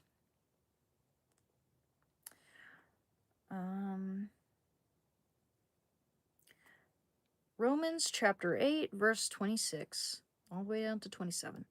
Likewise, the Spirit helps us in our weakness, for we do not know how to pray as we ought, but the Spirit himself intercedes for us with sighs too deep for words.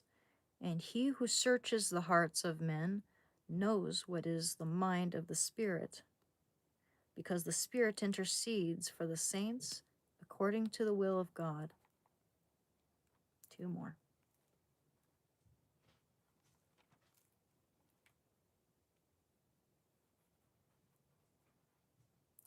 Corinthians, second book of Corinthians, chapter 12, verse 9 to 10. But he said to me, my grace is sufficient for you, for my power is made perfect in weakness. I will all the more gladly boast of my weaknesses, that the power of Christ may rest upon me. For the sake of Christ, then, I am content with weaknesses, insults, hardships, persecutions, and calamities. For when I am weak, then I am strong. Beautiful, beautiful. A very good one. One more.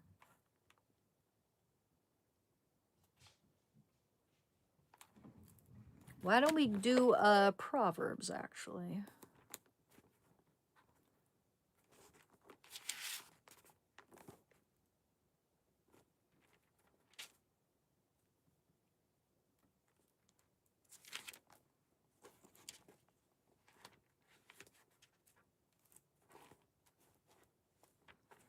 Proverbs.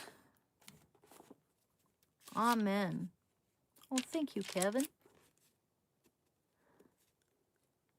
I'm not religious, but I could listen to this nonstop. Thank you, bless. Oh, thank you, Willow. I appreciate that.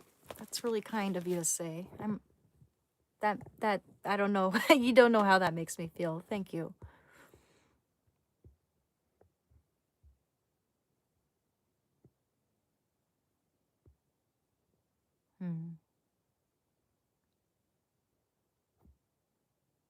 Thank you for reading the Bible. Nice to see someone on YouTube Live not being a complete degenerate. Oh, thank you.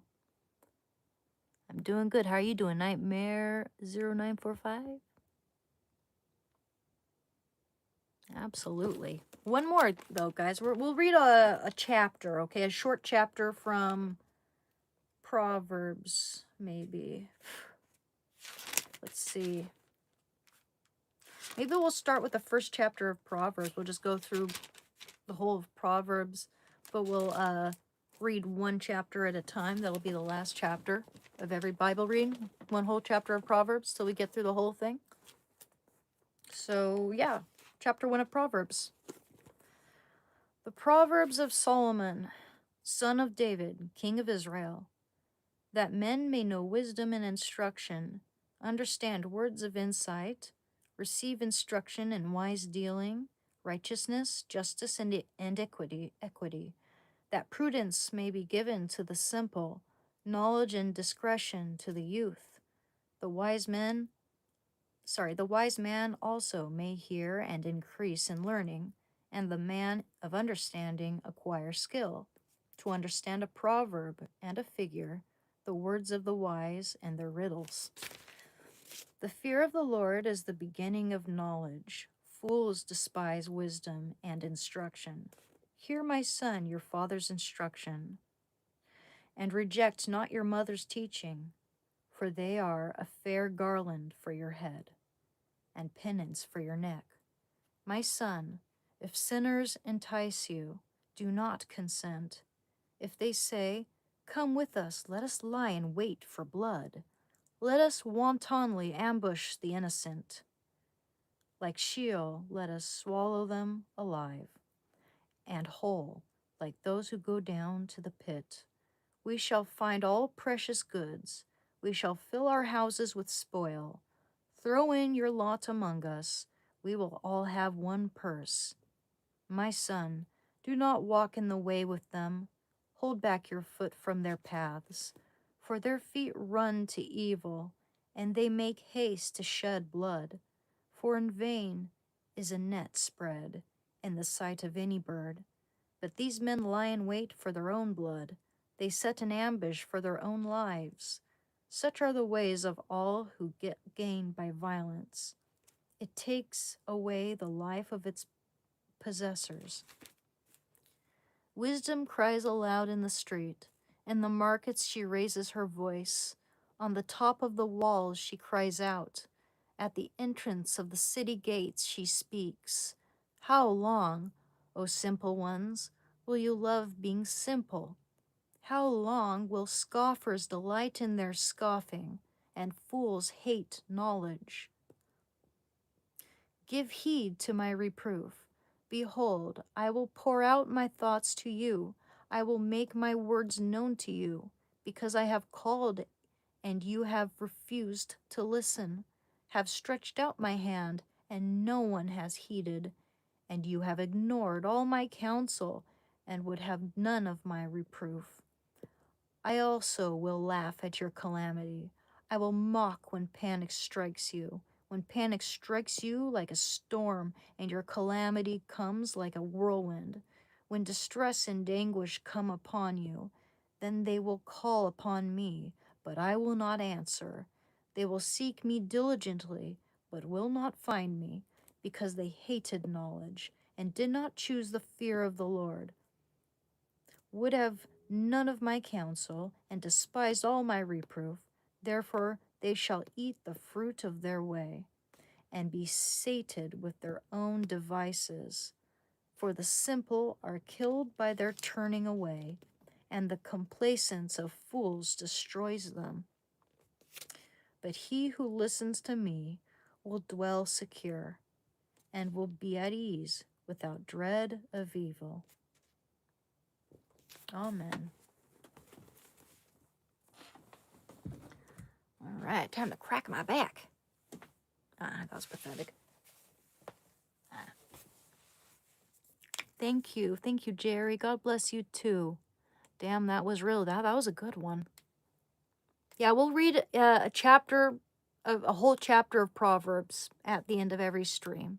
Absolutely.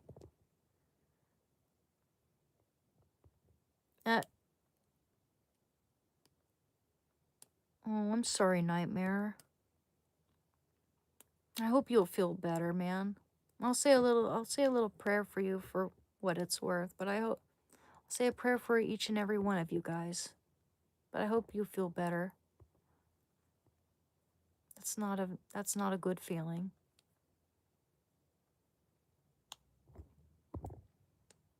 Of course, you're most welcome. Yeah. All right, guys. So, thank you very much for coming to my channel. Please like and subscribe. And I'll see you next time. Of course. God bless you. You're a wonderful sun. Keep shining bright. Have a good night, everyone. Take care, y'all. Thank you, Yasuke. Thank you very much, man. Good night. See you guys around. Take care, Nightmare. Feel better. Thank you, Jason. Take care. Take care, Lewis. Thank you. Thank you, Oliver. Olivier. Thank you. Oh, yeah, I'm not gonna answer to that person. Call me a reformed degenerate. Thank you, Jerry. Thank you, Cyrix. Thank you, Nolan. Absolutely, you're most welcome. Thank you, Michael. Thank you, Truth Lover. Thank you, Smith Corona. Heck yeah, Catholic gang. That's what's up. I mean, you can have any religion be here, man. I don't like, you can come from any walk of life and come to my live stream and be 100% included, so long as you're not a big old meanie, and you're all good. We're all good. Thank you, Fire Star Lord. Thank you, Levi. Thank you, Oladi. Jalen Brunson. Okay, now I gotta look that guy up because I have no idea who that is. Jalen Brunson. Jalen Brunson.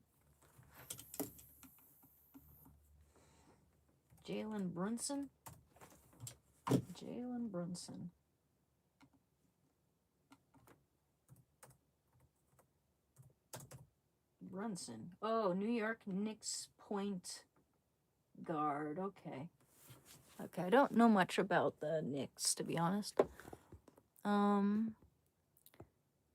Thank you, TIV Siri. Thank you, Chuck. You're going to a death metal concert in August. I hope you have a good time, man. I like metal. I don't listen to that much metal, but I do like it when I hear it. And I like Ozzy Osbourne a lot. But everybody knows who Ozzy is. Thank you, Chuck. Thank you, Willow. Thank you, Robrette. Thank you, Joseph Santiago. Thank you, Mysterious. Thank you, Dustin.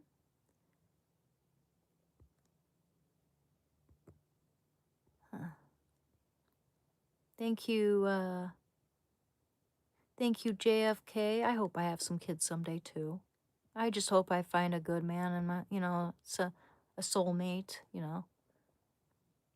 Thank you, Andy. Thank you, strange Google Map shit. Oh boy. It's always someone who has something against me reading the Bible. It's ridiculous. It's not like I preach to people. I just read some Bible verses at the end of every live stream. There's nothing wrong with that. Thank you, Maddie. Thank you, Ralph, I guess.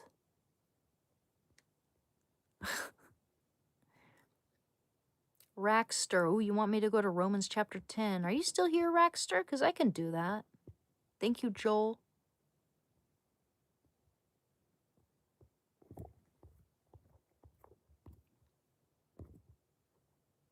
Thank you, guys. Is Rackster still here? Because if he is, I can read Romans chapter 10. Let me just see how long that chapter is, okay? Someone gives me one suggestion, I typically go do that. So let's just see Romans chapter 10. Let's see how long that chapter is first of all. Yeah, there it is. Romans chapter 10. It's not that long. Okay, well, let's do that. Let's read one more chapter, okay? Brethren, this is Romans chapter 10. Brethren, my heart's desire and prayer to God for them is that they may be saved. I bear them witness that they have a zeal for God, but it is not enlightened. For, being ignorant of the righteousness that comes from God, and seeking to establish their own, they did not submit to God's righteousness. For Christ is the end of the law, that every one who has faith may be justified. Moses writes that the man who practices the righteousness which is based on the law shall live by it. But the righteousness based on faith says, "Do not say in your heart, 'Who will ascend into heaven?'" That is, to bring Christ down. Or, "Who will descend into the abyss?" That is, to bring Christ up from the dead. But what does it say? The word is near you, on your lips and in your heart. That is, the word of faith, which we preach. Because if you confess with your lips that Jesus is Lord, and believe in your heart that God raised him from the dead, you will be saved. For man believes with his heart, and so is justified, and he confesses with his lips, and so is saved.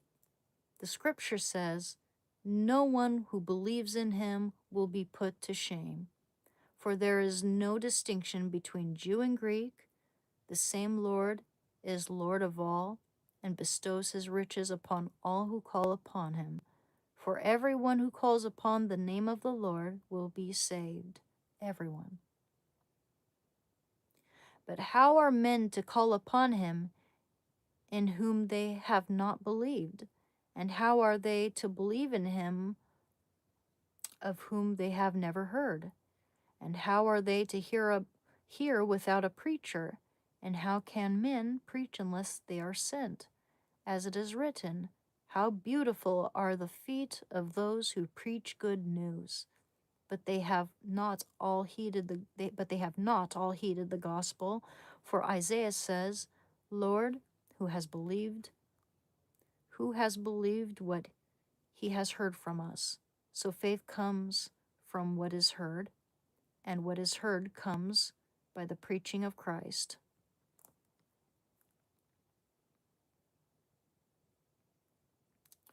But I ask, have they not heard? Indeed they have, for their voice has gone out to all the earth, and their words to the ends of the world. Again I ask, did Israel not understand? First Moses says, "I will make you jealous of those who are not a nation. With a foolish nation I will make you angry." Then Isaiah is so bold as to say, "I have been found by those who did not seek me. I have shown myself to those who did not ask for me. But of Israel, he says, all day long I have held out my hands to a disobedient and contrary people." Wow, that's good. Very nice. Okay. I appreciate you guys. Thank you. Thank you, Dara.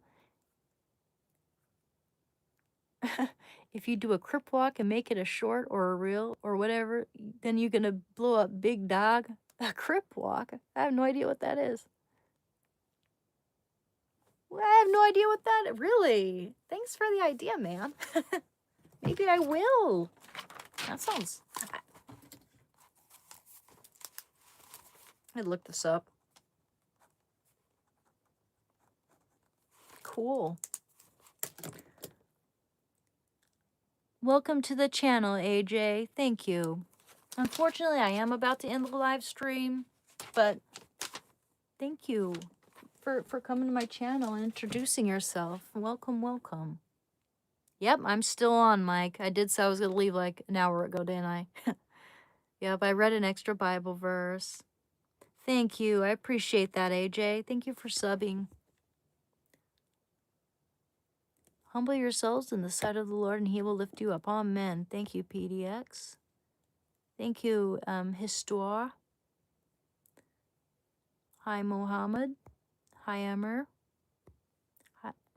Thank you, Yasuke.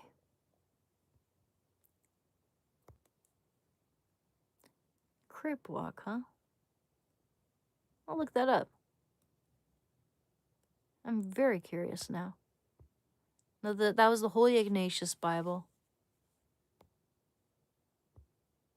Obviously, it wasn't that. Been reading a random chapter every night before bed, and it's been such a great addition to my nightly routine. Oh, I know, isn't it? I always feel so much more contented and at peace when I read the Bible at the end of a live stream with you guys. You're a real one, Anne. Never changed. Thank you, Nightmare. You will find your forever person. Thank you, Yasuke. I hope so. Someday. I need to go out and see people, meet people. I get very reclusive sometimes. And then it starts to have an effect on my confidence, like, start to feel very withdrawn sometimes. All right. Hey, good night. Thank you, Daniel. Hello, how are you? How many times? Oh. Okay. Yep. Thank you, guys. Take care. God bless you. Keep at it, keep on trucking. It does get better. Okay? Whatever you can at this very moment, take care of yourself. Even if you have to make yourself a candlelit bath, make yourself a cup of tea, turn on a favorite movie or something that brings nostalgic memories, or play some video games, or, cuddle with your dog or your cat. And I'll see you next time. And if I don't see you again, good afternoon, good evening, and good night. Okay. Bye now.